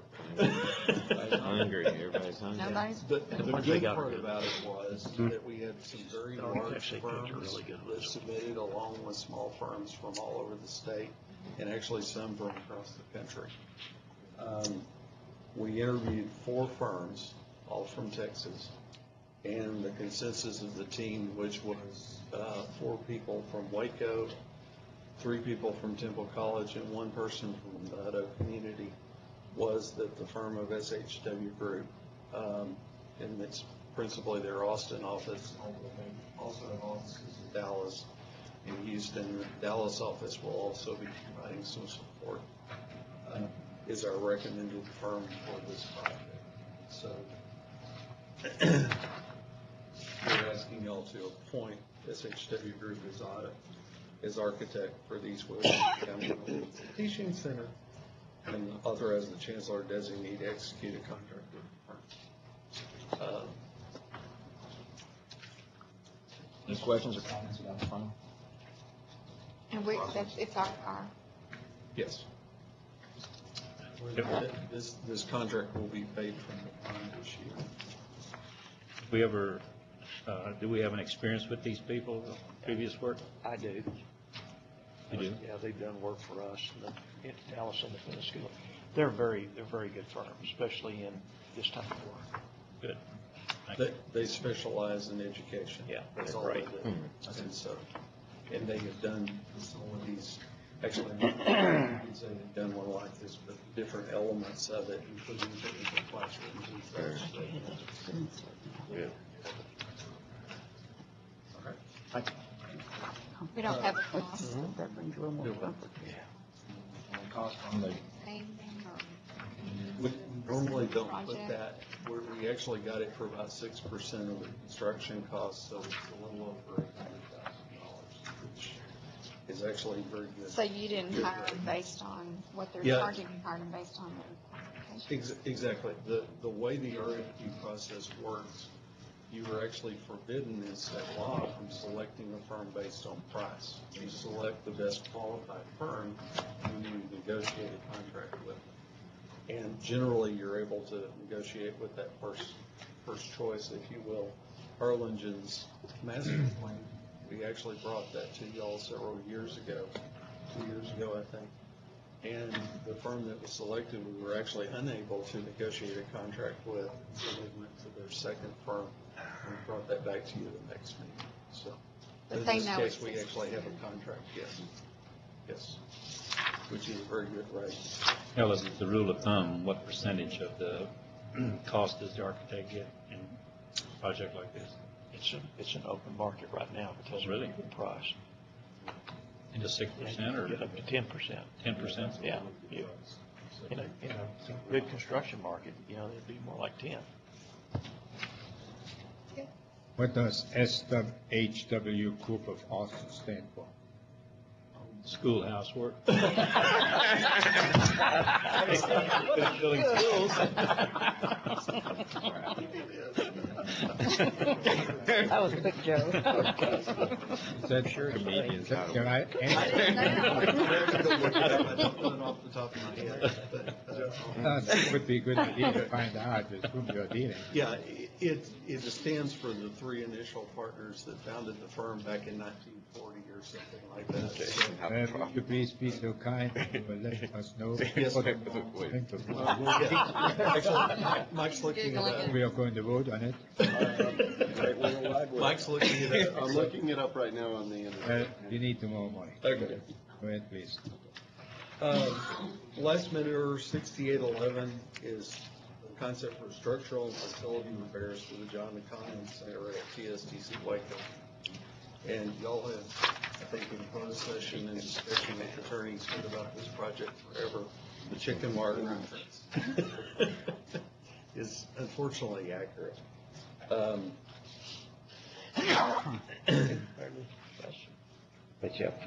We actually have gotten, in preparation for the lawsuit that was filed in 2008, we got 2 engineering estimates from reputable firms that were went into by the Attorney General's office. And we believe that with the $2 million, I think I'll explain that. We received $2 million from the state in general revenue for operations. Extra. It came in the extra session legislature. And the condition there was that would be used to free up HEAP funds and designated tuition funds to be able to fund $2 million of the construction. The balance of the dollars comes from the insurance or insurance lawsuit settlement proceeds that we received. Elton, two questions. What was the use of this building before we found the problems with it being housed in that facility? Basically the same programs as computer-related programs. And they've all been moved out, right? No. Oh, they're still there. It's still being used. Okay. Side of it, to make sure that it was safe for our students. Okay. Held it up. Additional computer program spin-offs, but they're still there. Okay. Working around that. Okay, thank you. Are we the only tenant using this building, or is it? Yeah. The Connolly building is the three-story building in No, which one is the it? campus. At present time. One that looks like. Yes. I thought at one time I saw a sign up front, Texas Highway, That's down. The highway department and DPS offices are right west of this building. oh, on so I- Prince Drive. Yeah. okay.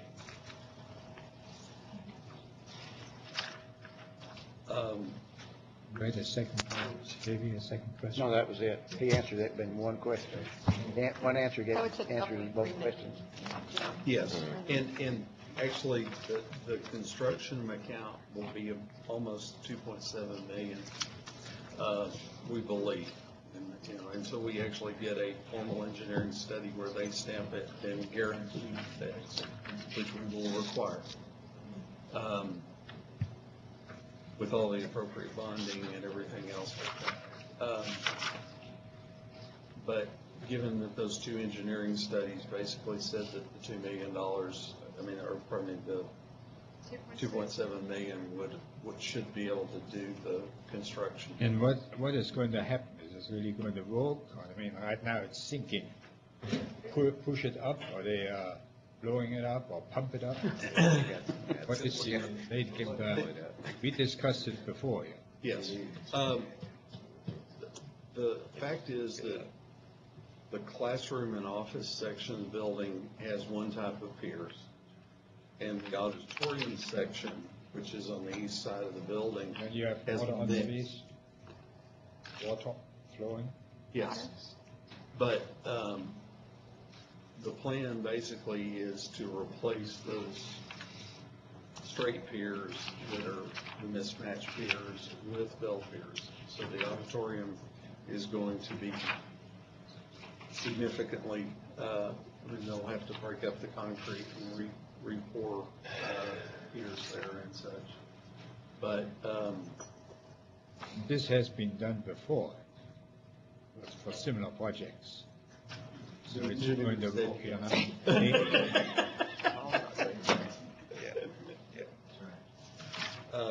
Would it be the success will be there? Or? It should be. I mean, the fact is we will require the engineer to guarantee it and then put up the bucks or in a insurance policy, guarantee it, engineering contract.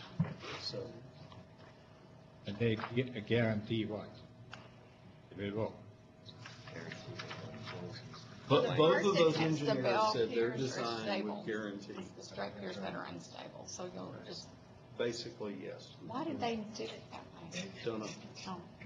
Regent McKenna, when we were in the negotiation on the original settlement, we actually hired a company to come in and look at it, and of course they said that the two types of gear we use, of course, not the issue. Just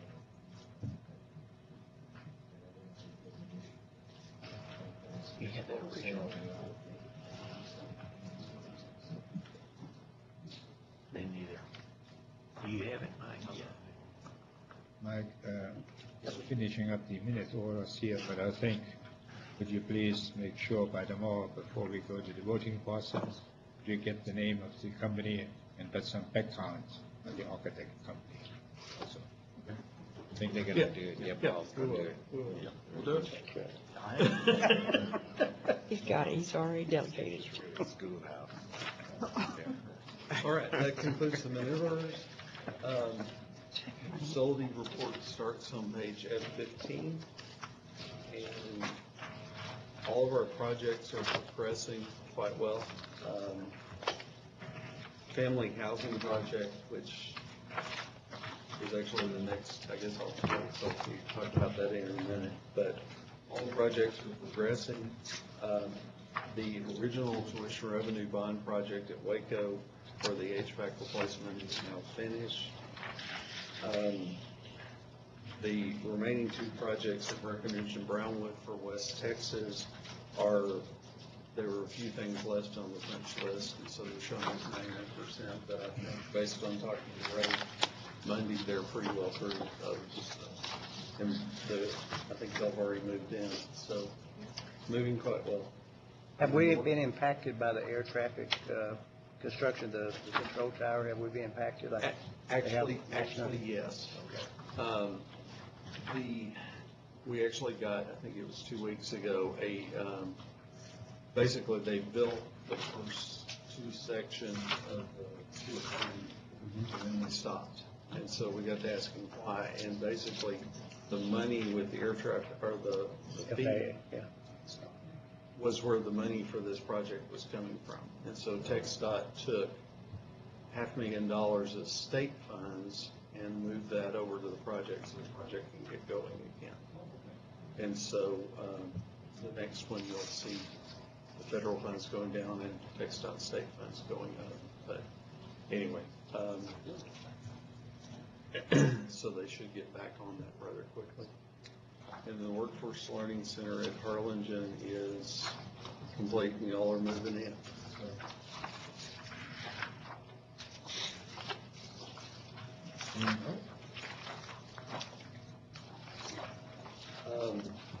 East Williamson County Center update.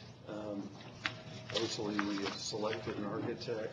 We received all of the required approvals from the Higher Education Coordinating Board, the Bond Review Board, and with your approval of the resolution,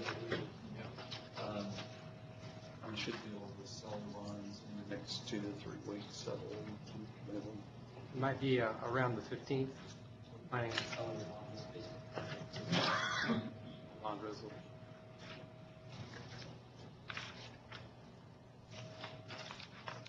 Any questions?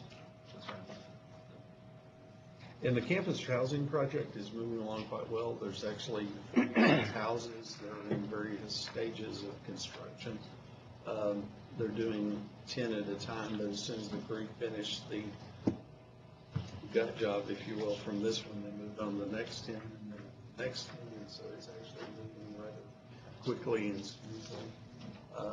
If you're ever on campus, you come in the back gate. Right there, it looks a lot better. It looks like a brand new housing addition. Does it look good when we're over there? They take it all the way down to the studs and bring it back, and it's really so moving quite along. Did want to ask on that report, is this a report you want to continue? Yes. Yes. The bond? Yep. Yeah. We probably talked about it. I want to bring it up, see if there's something I want to continue to say. Okay. We'll do it. Kelton. One thing about housing is the campus, it looks completely different. And I think that the majority of our employees at Waco, when we finally reach those final stages and get them fixed, and then the ones that we're not keeping demolished, that will change the looks of that college campus. No matter what we do to buildings, no matter how we spruce up the mall, when you still have that right next door, it's difficult. When we're finished with that, and it's going to take a few years, once we build it will transform that campus to where it needs to be. Any other questions for the Facilities Committee? Thank you. Mike?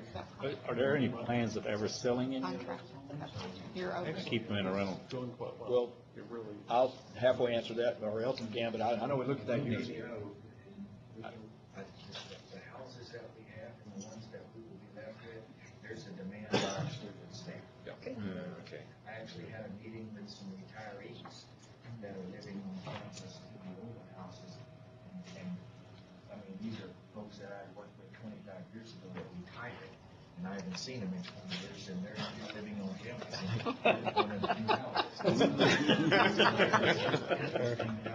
How things develop, but they want. Shall I stay? Yes, I will finish. And it's good for I our won't students. mess around. That's the key. It's a place for our students, their families, to have a I'll place move. to reside while they move out. It's also, to answer your question, we're not going to sell them. Okay, thank you very much, Mike. The Facilities Committee adjourns. It is now about 4:10 p.m. And Gene Seaman will be reporting on the Committee on Fiscal Affairs. And my chairman has said, move it. But so I'll give you the good news. Well, wait a minute. That's not quite- You're going to call it right. order. Not quite right. Well, I'm waiting on you, sir. Yeah, right. I said, I wanted to know whether we move into tomorrow morning. Oh, today, now. Today. Now. Because usually we do, sometimes we don't. Thank you.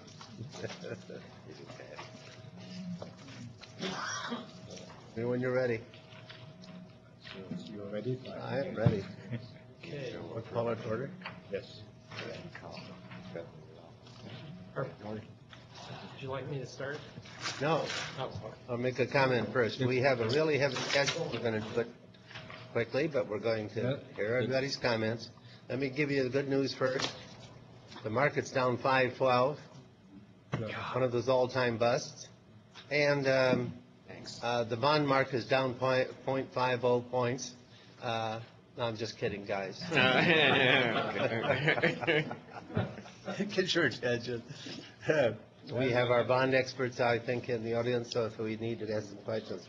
Now, minute orders 711 and 7111 and 7211 all deal with the bonds, and let me prelude this with saying that we talked, Mike and I, and Gary and I, and then Caesar and I, we had different conversations about, for our bankers, the bond, the debt revenue ratio, because I was concerned when we're jumping up to 50 million, and now if we approve the 7 million, 57 million of bonds approximately, that we're dealing with 57 million of bonds versus the 220 that we saw up here today of area of revenue. What is our debt ratio? And that was concerning me, but then we talked about it, and Gary tells me even with the new bonds online, the ratio is we're rated what, A1? The Moody's rating is A1 and Standard & Poor's is A, which is the same rating. Make you feel we've had better? for years. Okay. So we're still okay, and so that was a deep concern of mine. Now, the 7-11 is 28.5 million, but that 28.5 will be dependent upon the defeasance or the refunding of the Texas 2002 bond, which was roughly 6 million. And if and Gary will explain that ratio, so that if the interest rate at the day of issue is not appropriate, remember we talked about that before, guys, that if the ratio is not appropriate, then we won't issue those. But if it is, based on the ratio that he'll tell you about, the 3% free to value, then we won't issue those. So it'll be 28 or 21 roughly. And then separately will be the 5.2 for Harlingen. Brings us, I think, to about 57 million of total bond indebtedness, if I'm not mistaken. So that's a general overview. And Gary, just go through the 7011 now. Okay, on the 3% limitation is found on page FA9. And it's the next to the last paragraph on that page, where it says, however, in no event shall bonds constituting the refunding portion be issued unless the system is able to achieve a net present value debt service savings of at least 3% of the principal of the refunded bonds. And that's where you do find that. And that would provide savings in the neighborhood of $200,000 on the present value of that debt service. Is that clear? I know our bankers understand that. I just have a question that's related to this. If we're closing on this today, would it be advantageous to do this? I know y'all know where the market is. Would we probably refinance or not? It looks as if right now it's about at that level. Okay. But before we get into all of that, I do need to back up just briefly and introduce to you Tom Spurgeon, who is our bond counsel, is with us today. Tom, McCall, Parkhurst, and Horton, and representing our financial advisor, Laura Alexander, is Nick Boulash from First Southwest Company. So, Nick, would you explain where the market is today? Sure, absolutely. Should I stand or sit? Yeah, sit. I mean, stand. Well, as you just heard, the stock market is taking it on the chin, for lack of a better term. And so bad news generally in the stock market means good news in the bond market. And we've seen an incredible amount of interest rates declining over the past 7 days, especially in the municipal bond market. Treasury rates are going down, meaning that investors are seeking a flight to quality out of stocks and the bonds, and it's carrying over to the municipal bond market. And so, in fact, I was on the phone with our head trader and underwriter just previously. Said, what is your best, guess looking 10 days forward with the system may look to price? And he said that he doesn't see rates going up anytime soon. So this good tone will hopefully continue on to when we're ready to price the bonds. Thank you. Okay, just to further clarify what we have here, what we're talking about in Minute Order 70-11 is the fifth supplemental resolution to the master resolution authorizing the issuance and delivery of bonds. We do have essentially two projects in this one bond issue. The first one is the $20.6 million for the Hutto project that finances both the acquisition of the land, the construction and equipping of the building.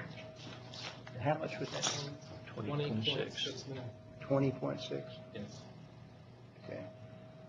And then the remainder of the $28.5 million represents the funds we'll need to defease and refund the Series 2002 bond issue, plus the cost of issuance for the bonds. And about 6.3 of that would actually be the bonds that we're replacing, and the balance would be fees and. Yes. And okay. JV, roughly 21 million is the new HUD development, and 6 million is a refinance of the 2002. Yeah, I'm trying to figure out how much the fees were and everything else, but a couple of million there.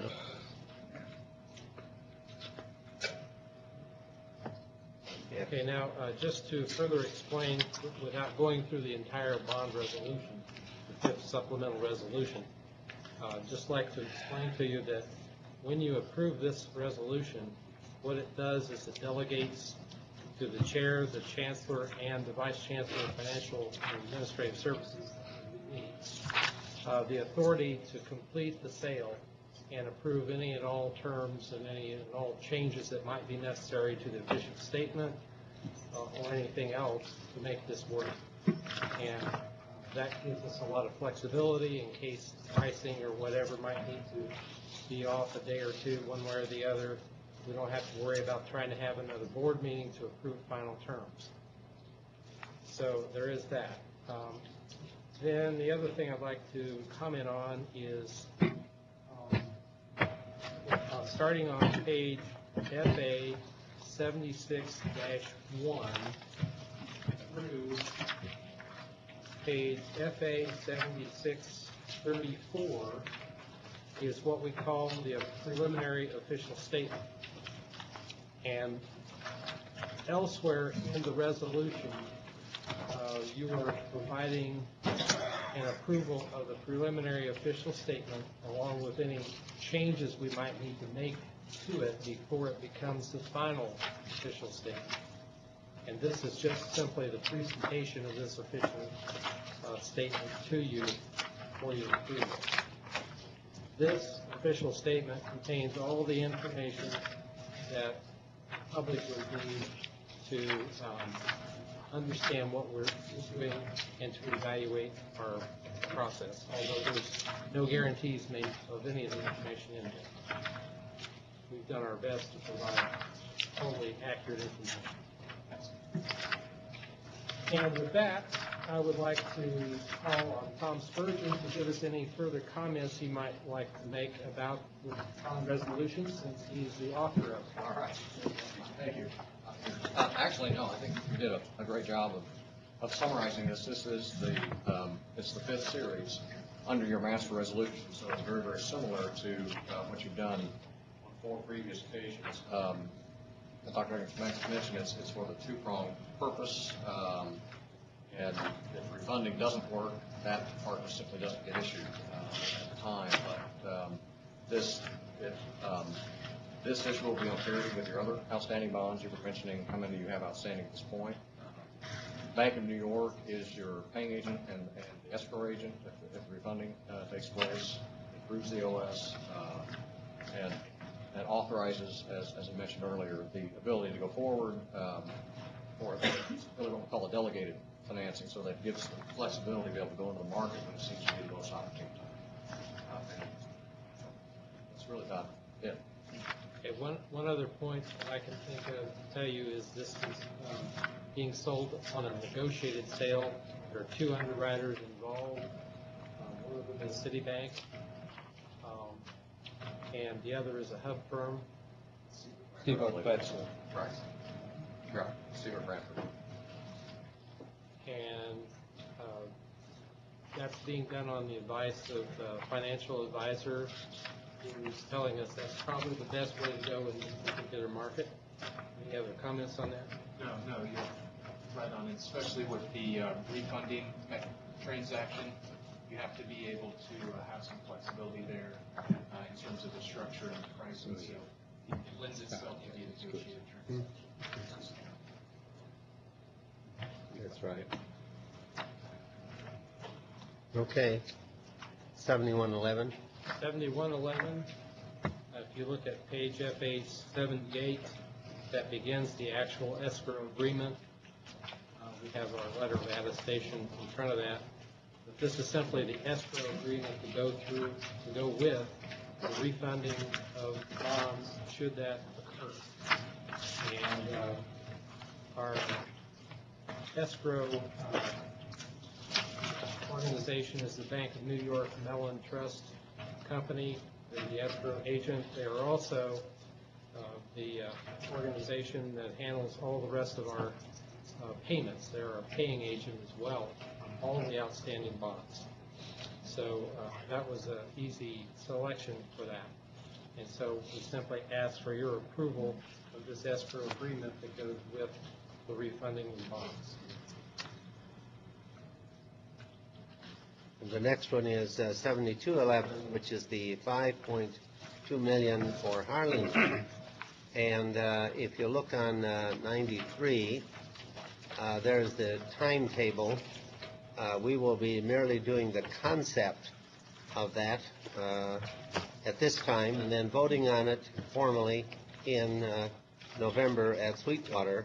And again, on FA 93, there's the timeline. When it's going to, today is the concept, and actually tomorrow, the concept, and then selling the bonds in November and receiving the proceeds hopefully in December, and so on. And there's the time frame. So that is and earlier, Linda and they discussed the concepts of what the money was going to go for, and so we don't need to repeat that. Any questions on that? 7211? 211. I have 7211 is the a 5.2. comment. Sir, yes, sir. Go ahead. I would like to make a comment to the board here concerning the issue of the bonds. And I was very concerned with the magnitude of the kind of paperwork we are countering on the bond issue. And of course, I am the only one who's signing it. And I don't sign so many things at 28.5 million. So I did something a little different, and I want to report to the board back on this. That's the only purpose. I asked Mike Fraser that there are two things which I would like to do. And the first thing I discussed with Gene Seaman when we had the meeting, and I said, what I would like to see, I have here a document, and a lot of paper on it. And if you get a document like this, somebody must submit some information. And as it is built up, then you look for and you get based on so much enrollment and so much revenue, I should not say revenue, and so much coming in. I don't want to be political. So in order to build up the bond issue. And what I asked, talked to Gene a little about when we had you on the telephone, and so and I asked you on the telephone to make sure, Gary, that everybody who's involved of writing this little booklet, which I am the sole signer, has to write down with his own signature that he provided the material is the best to his knowledge and not a blown up deal. So that's the reason you have in your board book the signatures of all the people who submitted something in order to construct the issue. And all the people who submitted data with respect to, say, future things, or calculations at the present, or the ratios, or how much we have to pay $5 million a year for the next 25 years or 20 years. Everybody who submitted signed up. So I felt relatively good about this. And I want to tell the board, it's not a document only which you may do in Washington or not, but it's a document which has some basis. And I want to say thank you for all the people who contributed, and also hopefully they understand that they signed for it. Right? So there are a whole bunch of people, almost 3 pages, right? Separate pages. And starting out with Mike, the Chancellor. So I felt good about this, and I want to report this back to the board, because we are voting on it tomorrow. The second thing I was asking Mike Reeser and said, look, I'm not so intelligent, and could I find somebody who explained this to me? And so could you get me the person who wrote this? I don't have much time, but I will take some time in my office. And on Friday, the lady from First Southwest, Laura Alexander, who is working on the project, and she's not available today, she's out this week. And she was so nice to come out, because I had only a few hours at 2 different days, Thursday afternoon or Friday at a certain time. And she spent time with me going through each page. And I want to tell you that I did read each page of this document for 2 hours, not even having lunch between. So when I was through, I thought you guys did a good job. I want to tell you this. In preparing this, even I understood it. And I wanted to report back to the board what I was asking the management in my job, and not only as a signer, Mike and Gary and Gene with me, to look at this from a different angle. How did we get this? Who did it? And the ones who signed up, I supported the enrollment to come up with the numbers. And one day we may want to be interested in this discussion. But anyway, I felt very good after this, and I wanted to tell you this for any discussions, because I know we have people here, including me, of course, are very critical sometimes when it goes to this kind of number. And AJV, I'm not a banker. So, but that is the point, and I feel good about this. And I want to say thank you to Michael Weasel and you, Dominic, and Gene, and your organization, First Southwest. Of course, we know these people for a long, long time. And Laura did an outstanding job. Very professional. Very professional.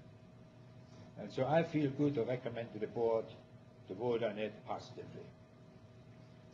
So I want to add something else. I asked your partner there, Laura, and I asked her, hey, listen, how many people come to you and ask to go through this thing?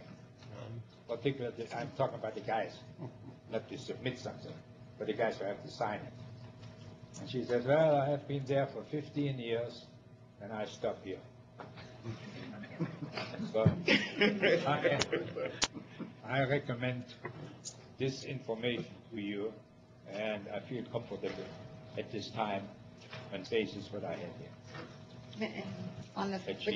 Thank you, sir. Mr. Chairman, with on the Public Finance Authority that I stand on, we work with First Southwest all the time. They were excellent. I just have a question, though. If I can ask a question? Sure. This is off cycle from the 26 million or whatever the other bond sale is going to be.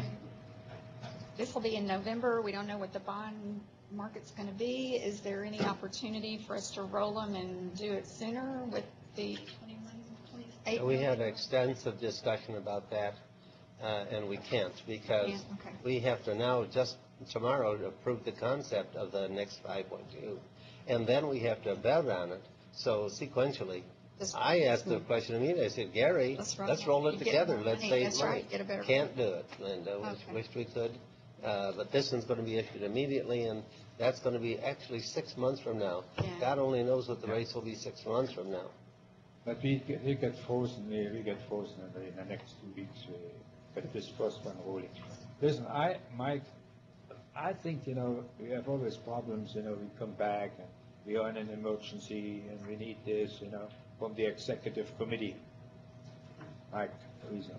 And is there anything in which you can suggest where we can vote on tomorrow at the same time and combine it with respect to anything? From an open meeting standpoint, because we didn't post any other action. That's correct. We can't. Then I'm talking about some of the action may be the same, because we posted, we post very promptly, I think a very generic deal, for example. No. If not, then I wouldn't. Yeah. So I'm asking the question only if there is a possibility of certain things which are duplicating or. Let me introduce Molly DeVault, who is the Associate General Counsel for TSTC. Some of you may not have met. Why don't you stand up, Molly, so everybody knows who you are. There we go. Correct me if I'm wrong, but based on the way the meeting rules work is, without a specific action item having been posted, we wouldn't be able to do any folding in at this point. Could, and following up, a reasonable question, if we posted an emergency meeting now, and what is the time notice? So 7 days or 14 days? What's the time? 72 hours. 72 hours. But maybe I hear the chairman saying that we could have an emergency over the phone meeting, and if it's posted, and they get to combine these. Is that not feasible? That is necessary. Unfortunately, Unfortunately, if you look at the action schedule on page FA 93, you'll notice that we have to go to the bond review board for approval. Their next meeting is in September. Yeah. I see. So we're hung up right now. Now, but the 28.5 has been approved by the coordinating board. Right. And the coordinating board makes a decision, to say yes or no, respect to the contract offer. Why did we do that? Well, if you recall, we actually did request, like 2 months, soon after the Waco meeting, when it was obvious in the legislature that the TRBs weren't going to happen. And we knew that the Hutto cycle was on us. That in order to fund the Harlingen stuff, if we wanted to try to combine them, in order to get into the PRB schedule, we would have had to have moved the concept stuff up to to the meeting that we had talked about having. And we decided that's not a true emergency in the sense of emergency. And so we missed that opportunity to get on the BRB cycle, which would have then allowed us to get into the bond issuance. I got it. Okay, so if there's a possibility of doing that, that's right, but we will not do anything which is not in compliance with federal laws, state laws, or local laws, whenever there. That was a question. I've got Okay, one more question. This time last year, August of 2010, our outstanding bonds were $62 million. Does that sound correct? Approximately. All right, 62. Okay, with the Hutto, with the Harlingen, and with our current outstanding balance, what will be our total debt of bonds outstanding? 68 million. 68? Okay. About the same. And the debt service was new one about $5 million a year. Yeah, our coverage ratio is about 12 times. Okay. Yeah. Okay. So It's projected out, right now it's 16 times, it'll be projected out to about 12. Okay, thank you. Okay.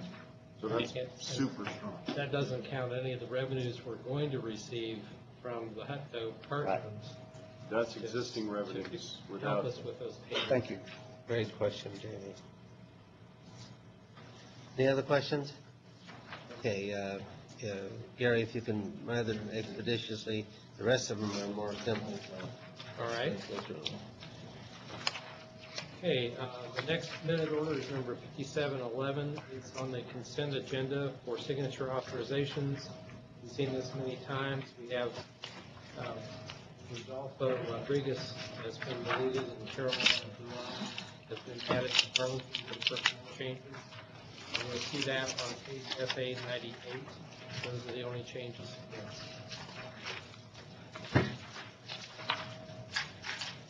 Just simply a personnel change.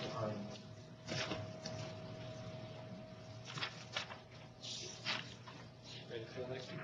Rolling. All right, number 7311 is a schedule of charges and incidental costs of plant construction effective for the fall 2011 semester. This schedule was updated last for fall of 10. It needs to be updated for cost and market considerations, and we have also added a fee for the new air traffic control simulator. And you'll see the new rates on page FA 101. They're up approximately 10%. And this is in line with other rental rates are.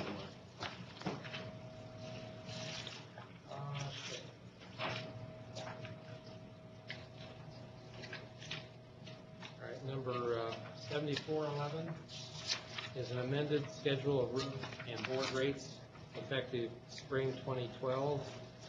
And TSTC West Texas is the only college that has these rates.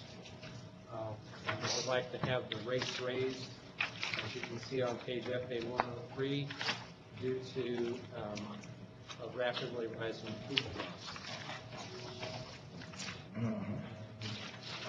While you're looking at that, I need to get something right back. Jason? Got no feeling. Mike, can I answer Region Albright's question? SHW Group is Swanson, Easter, and Wilson. It was founded in 1945 in Harlingen, Texas. And That's awesome. they have primary offices in Dallas, Houston, Austin, San Antonio, also in Detroit and Baltimore.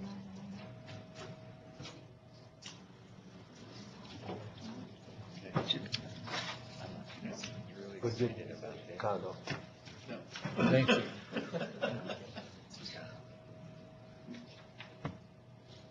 Okay, continuing on for minute order number 7511, is an amended schedule of board plan rates effective fall 2012. And the page FA 105 in your book is the wrong sheet. We simply picked up the wrong schedule when this was printed. So I'm going to have to hand out to you.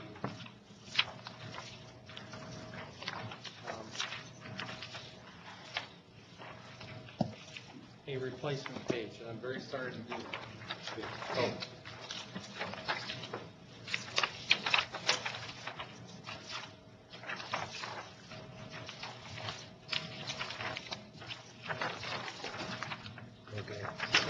On 7411, we have the room board plan rates. We also needed to include a change to the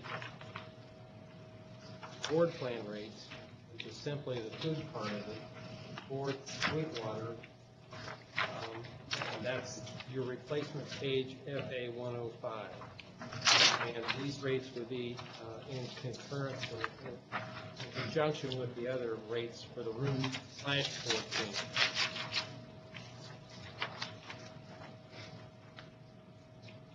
And the Sweetwater rates are the only ones that were raised on this schedule.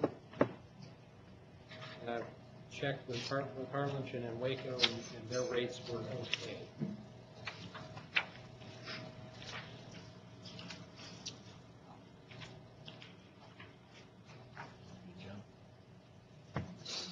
And that's all I have on that one. Ready to It's move been on? that much a week in groceries, and they're getting, 70 meals.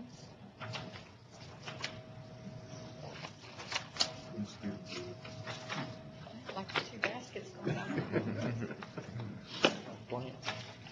Okay, the next minute order is number 7611 on page FA 106, which involves approval of a lease agreement with Neighbors in Need Services.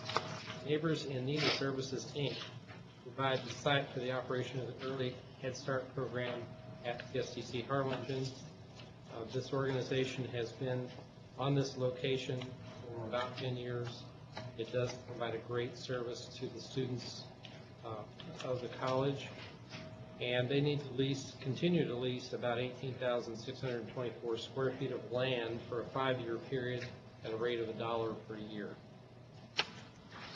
Does our liability insurance cover that property or? Yes. They are responsible for general liability, not less than $1 million or $2 million in aggregate. I'm sorry. On Molly's letter, which is FA 108. Okay, I'm sorry. Thank you. No problem. The location is shown on page FA 107. They have their own buildings, we're just leasing them.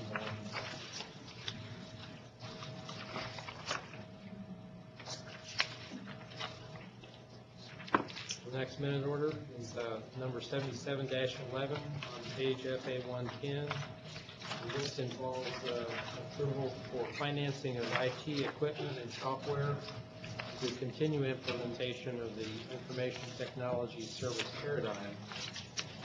You will recall we asked for your approval to go finance last year some IT equipment and software.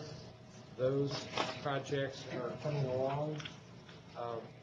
One remaining high priority is this real-time secondary data center, so that we'll have a primary and a secondary site.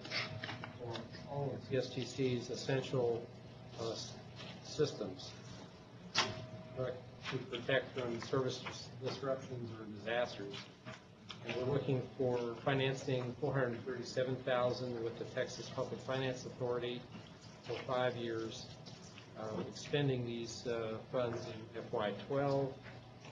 At the bottom of page FA 110, you see our action schedule. So this would be the only approval we would need from the board, and we would expect this will carry on for about 8 months. And Gary, that is it's a 5-year. What about the service and updates to this equipment? That will be ongoing operating. And this is probably, in the long run, maybe I should ask for Rick Herrera to describe this, but our concept here is we're actually consolidating some data centers, so eventually this will be a cost savings. Rick, I'm going to be asking the data centers at 5 locations down to a system off of Queens Line. In the Harlem View section, we'll have full-time disaster recovery. The sites are mirrored. And this will finance the second phase of this whole project. I'd just like to report to you that we have other things leased through TPFA, and our interest rate this year is 1.18%. Percent of interest. So this represents an excellent margin.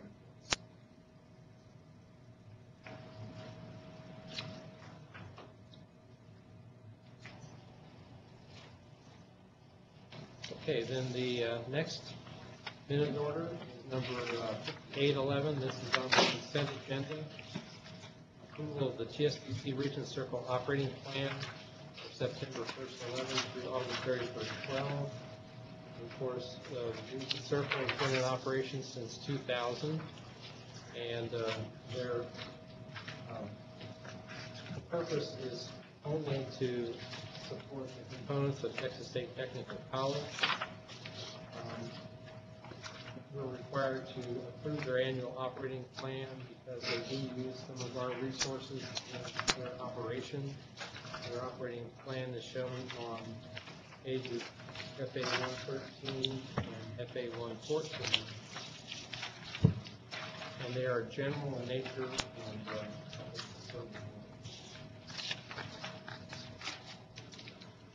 And Gary, you mentioned that the Plains or the West Texas is going to mention that. Rolling Plains Technical Foundation is still in the process of being rolled into the TSTC Regents Circle. There were a lot of hang-ups getting deeds and checking things out, so that's still in the process, but I believe that that will come to fruition within the next few months. So Rolling Plains Technical Foundation will be subsumed under the TSTC Regents Circle. Okay, the last one, last minute order, is number 5911. It's also on the consent agenda. We had passed, this is to rescind minute order number 9410 that dealt with the concept of the fees and refund Series 2002 bonds. We actually passed this year minute order 4611 on the same subject, so we do not need minute order 9410. We just need to rescind it.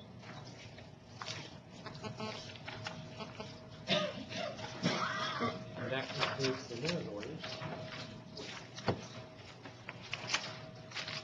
And moving on to the reports, if you'll go to page FA 117, you'll see the budget, the expenditures and encumbrances report for the period September 10 through June 11. We're 10/12 through the year on this report, and you'll see that everything on the bar chart looks extremely normal. We're about 10/12 through the year, especially on the E&G expenditures. We should have, if you look at page FA 118, this is for the system as a whole. You'll see that we have about 17, 18% left in E&G funds. And we would need to have, if we were expending everything evenly throughout the year, you'd expect to see 16.67% left. Now, that's more important for E&G funds than it is for the rest, because we don't carry forward the general revenue portion of E&G funds from year to year, only the tuition part of it. And that's all in these numbers together. Especially restricted funds, grants can come and go anytime during the year. Plant funds also may be at any given point of it being expended based on when that project started and when it ended. So we wouldn't expect plant funds to follow that same kind of thing. Overall, we got about 21 left, so we're in good shape on that. You will also note in column B on the page FA 118, telling you about our $242 million adjusted budget. You'll see that number on here. So we do have all the rest of the entities charts in here.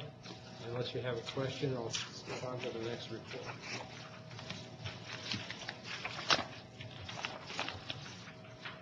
The next report, it starts on page FA 136.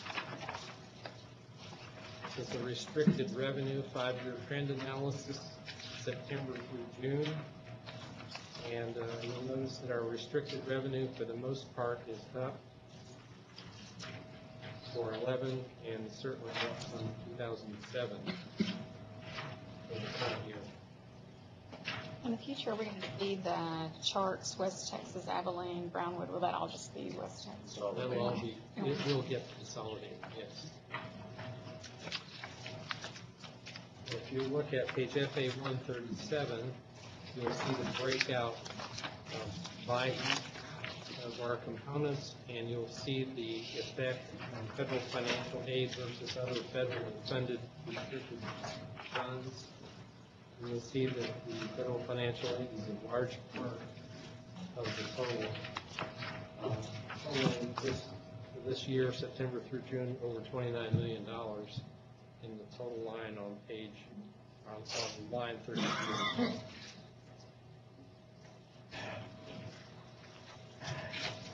The next report is the 5-year trend analysis for major auxiliary enterprises.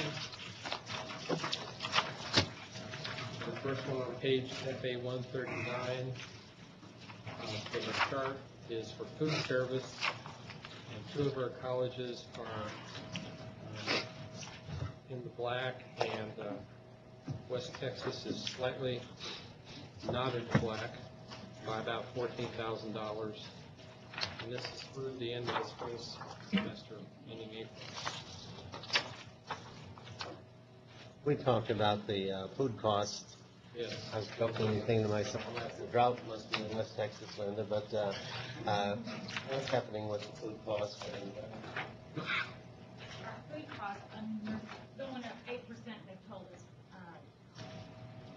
right now.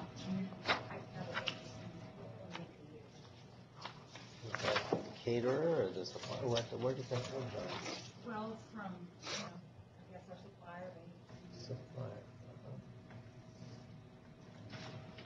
Is that an anomaly with the West Texas compared to all the other institutions like Wisconsin? They used to run, no.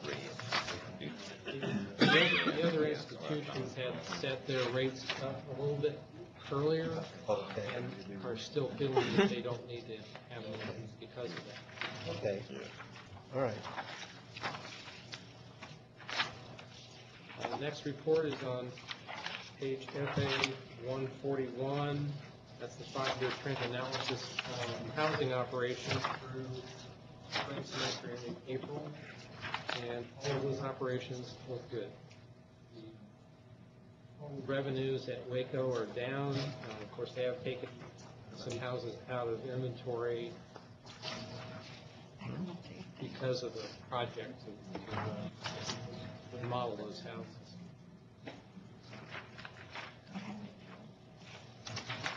Next report is on page FA 143, bookstore service operations. for the most part, revenues and net revenues are up, except that Sweetwater, where they're having a little bit of difficulty. I'm sorry, West Texas. Some difficulty with the level of sales. They're hoping to try some new things. They have done some new things since this report came out to try to change it. You know, one of the challenges they have is they have 4 locations, bookstores. And so in a situation where you have a modest-sized campus, you may be able to man a bookstore with 2 people. In West Texas, you have to have 5 people. So they're overhead. You have to have people at all the various locations. Eventually, you'll see a fall in revenues here. We actually closed the bookstore in Breckenridge and replaced it with a drop order system where students could request books and get them the next day from one of the bookstores at the other locations. But West Texas is always going to have a challenge on bookstore operations because of their attempt to cover the various things. If we ever chose to have a board meeting in Abilene, you could see how one of the innovative things we did in Abilene was integrate the bookstore into the library. Very, very cutting edge thing, and because it brings the students and the books together. So, have librarians. Yeah. So the next report is a statement of changes in fund balances. And the first page of that report is FA 146. And I'll call your attention to line 6. The total designated fund balances have increased significantly this year.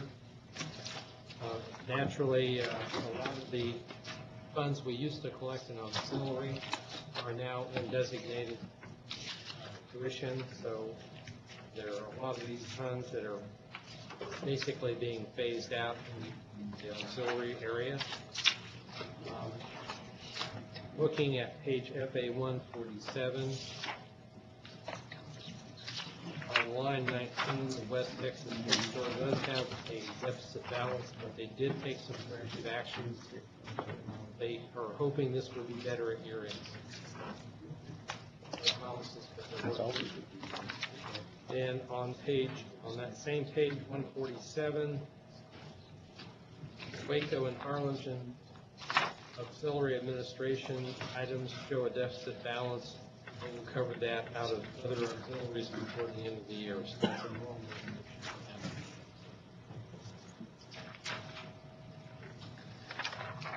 And that's all I have to comment on the changes in balances. On the pledge collateral report, which begins on page FA 150, you'll notice that all of the security required is sufficient.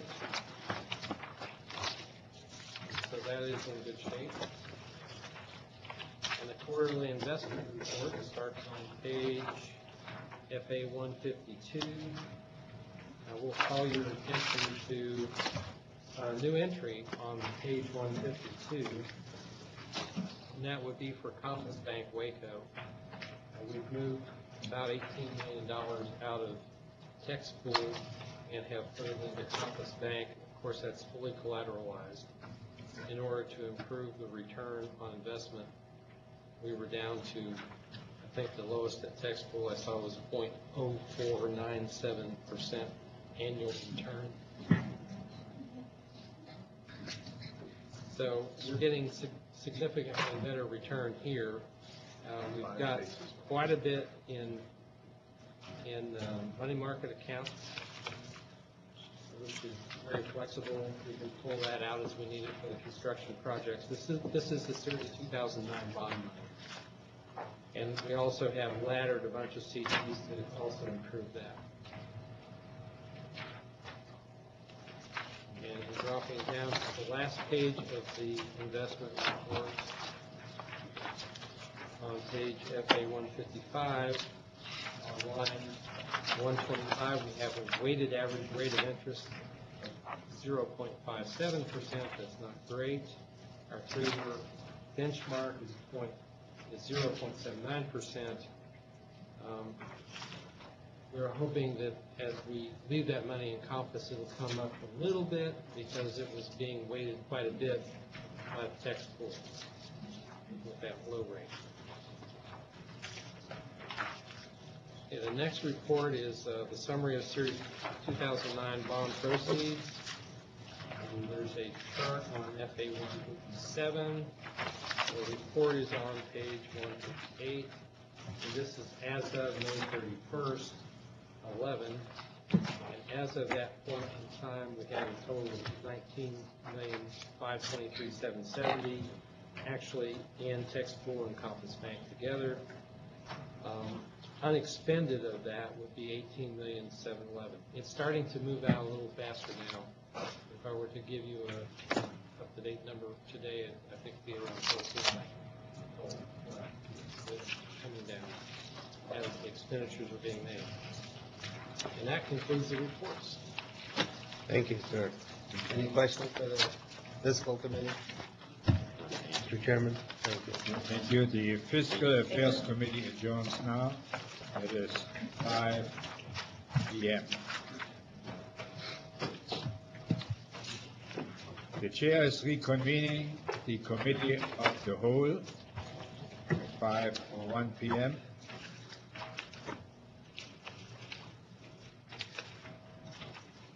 And we have 3-minute orders.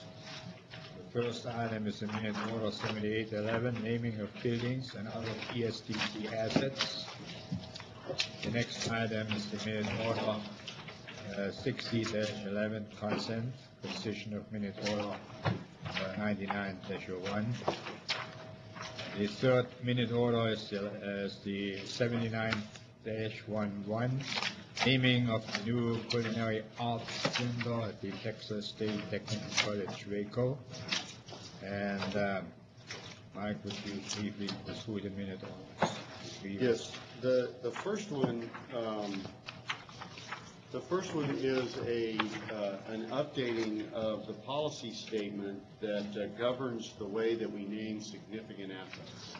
And I think the minute order itself is fairly self-explanatory in terms of the rationale that we're bringing to you, and that is raising funds is something that will become a bigger and bigger priority for us in the future.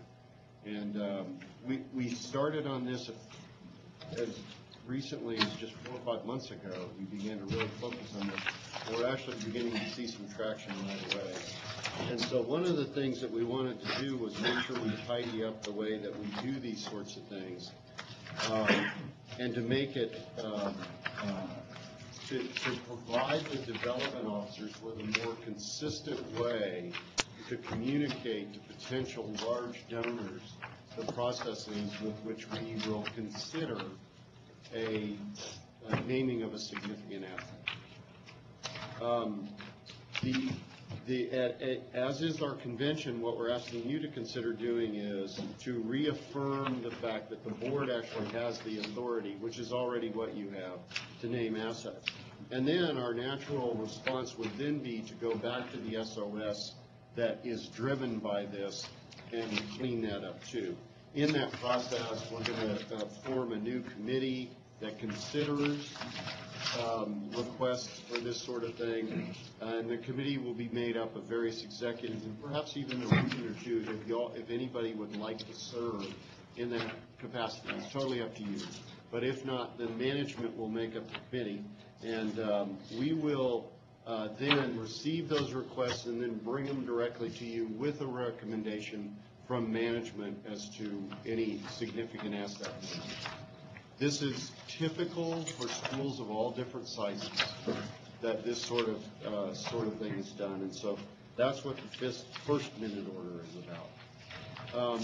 And you'll see that what we've done in this, which is different than before, is we've actually named we have what we're now calling the Asset Naming Convention Schedule.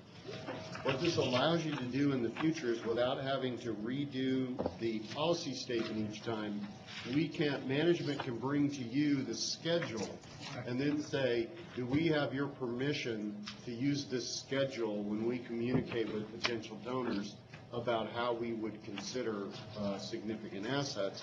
And then you can give us your yes or no, and we can go forward by just amending the schedule itself without having to do the whole process. So that's the entire effort there. The next minute order rescinds the old one, which is naturally what we would have to do if you put this new policy statement in place. And then finally, the third minute order is your permission to name the new culinary building for Greta Watson. Murray Watson is, for many of you who've been on the board for a really long time, you know Murray Watson and have for years and years. Former senator, he was instrumental in the founding of TSTC back in the 60s, has been a staunch supporter of ours for many, many years. We already have one building named in his honor. In this case, based on the signed pledge agreement that he has done with us, we're seeking permission to name the new culinary building after his wife, Greta. So those are those 3 minute orders. Thank you, Mike. I would like to add to it. I wrote a memo to Mike and a copy to each board member. I think we have a particular MOC 78-11. I think that's a good idea to review this, to look at this. And I wrote Mike, which everybody has a copy, to have to ensure that it's done in a fair and balanced manner. And I recommend the Chancellor appoint a naming committee, including the Chancellor, to establish rules and regulations for the process and for board approval. And the naming committee would review submitted written applications and present its recommendations to the full board for consideration and approval. And I recommend that in order to avoid a conflict of interest, the rules and regulations should include prohibition of current employees and Regents active. So that's what I want, and that's what could be part of the total MO. And I wrote this because I just went off a $700 million campaign, which I was in the leadership council. And so I think that's good for us to give consideration to, which was for the UT, Southwestern Medical Center in Dallas. About 5 years for being, I think we raised $777 million. So, and I think I would like to mention, as I wrote it to everybody here, rules, regulations, and otherwise we're getting into a situation which may be one we don't like. So thank you. I would offer to you for consideration that in these fairly fresh efforts, we already have we have other candidates that we are working on right now with 7-figure discussions going on in terms of support from TSTC. Harlingen has their gala coming up soon, which is always hundreds of thousands of dollars in benefit. They've also been very successful in doing some remainder trusts and other planned giving, which is something that 2-year schools are very poor at, generally speaking. And so I think what you'll find as, we have a strong start. I think Elton will be coming to you, perhaps with knock on wood, with some more good news soon. And so you'll see a real good effort here. Hey, Michael, that's fantastic. That's what we need. Do you have any other comments here? No, sir. Final comments? Combined ones before. What is the Brazos Higher Education Service Corporation? They're one of the largest student loan servicers in the country. Okay. Question, Mr. Chairman, on that your recommendation. Can I comment on it? Go ahead, please. Rolf and I have a little philosophical disagreement about excluding present employees and/or board members. And I take a little different approach. Active board members, I take a little different approach. And I guess I would say that one example might be a given board member might, for whatever reason, say that they would like to make a donation of X amount or whatever that may be, and say, but that building's in Sweetwater and I want to designate the name. It would take away the incentive for that board member to do something until 2, 3, 4 years later, till they were off the board, and also the incentive to help raise other monies in the community to match it. So I don't know that philosophically we disagreed on that, and my dear friend and I disagreed that I think philosophically that should be left open to the board or employees. Surely the board, whoever they are in the future, is going to have enough common sense not to create a conflict of interest. I even thought of some method, something like some employee that was close to retirement and had a heart attack or some accident on there and had a claim or a settlement and had $2 million in a settlement, legal settlement. They may come up with the money and say, I'd like to do it, but they're a current employee. I think the board could be trusted or should be trusted to wisely make that decision without it being in the rules and being totally inflexible. Just a philosophical difference, whatever the board decides, that's okay. But we both disagreed on that. Okay, thank you. So we are coming to the end here, and the committee is adjourned now at 5:10 p.m. And I think, Randy, you may want to announce what happens later, etc. And the board will certainly start the board meeting tomorrow morning at 8 a.m. as next. But give us a board time to dinner tonight. Take place, it's getting postponed. Dinner is at 7. We moved so that we can accommodate the Marshall City Commission. Marshall is our host tonight. They're paying for the dinner. So we thought we would at least give them an opportunity to attend. This guy doesn't miss a beat. I'm slow, but I can be taught. Anyway, bands will start running at 6 o'clock from the hotel to take you there. At the student center we're going to, we open at 6. A lot of things to walk around and see if you care to. How many people believe that they're going to drive their own vehicles tonight? Seems like it's better to take the van than drive, huh? It typically is. Mike's going to come. I'm coming here along you. Anybody else going to drive? You have a map in there, but this is a little more details on 2 pages. It shows Whatever you happened, no problem. a little closer view.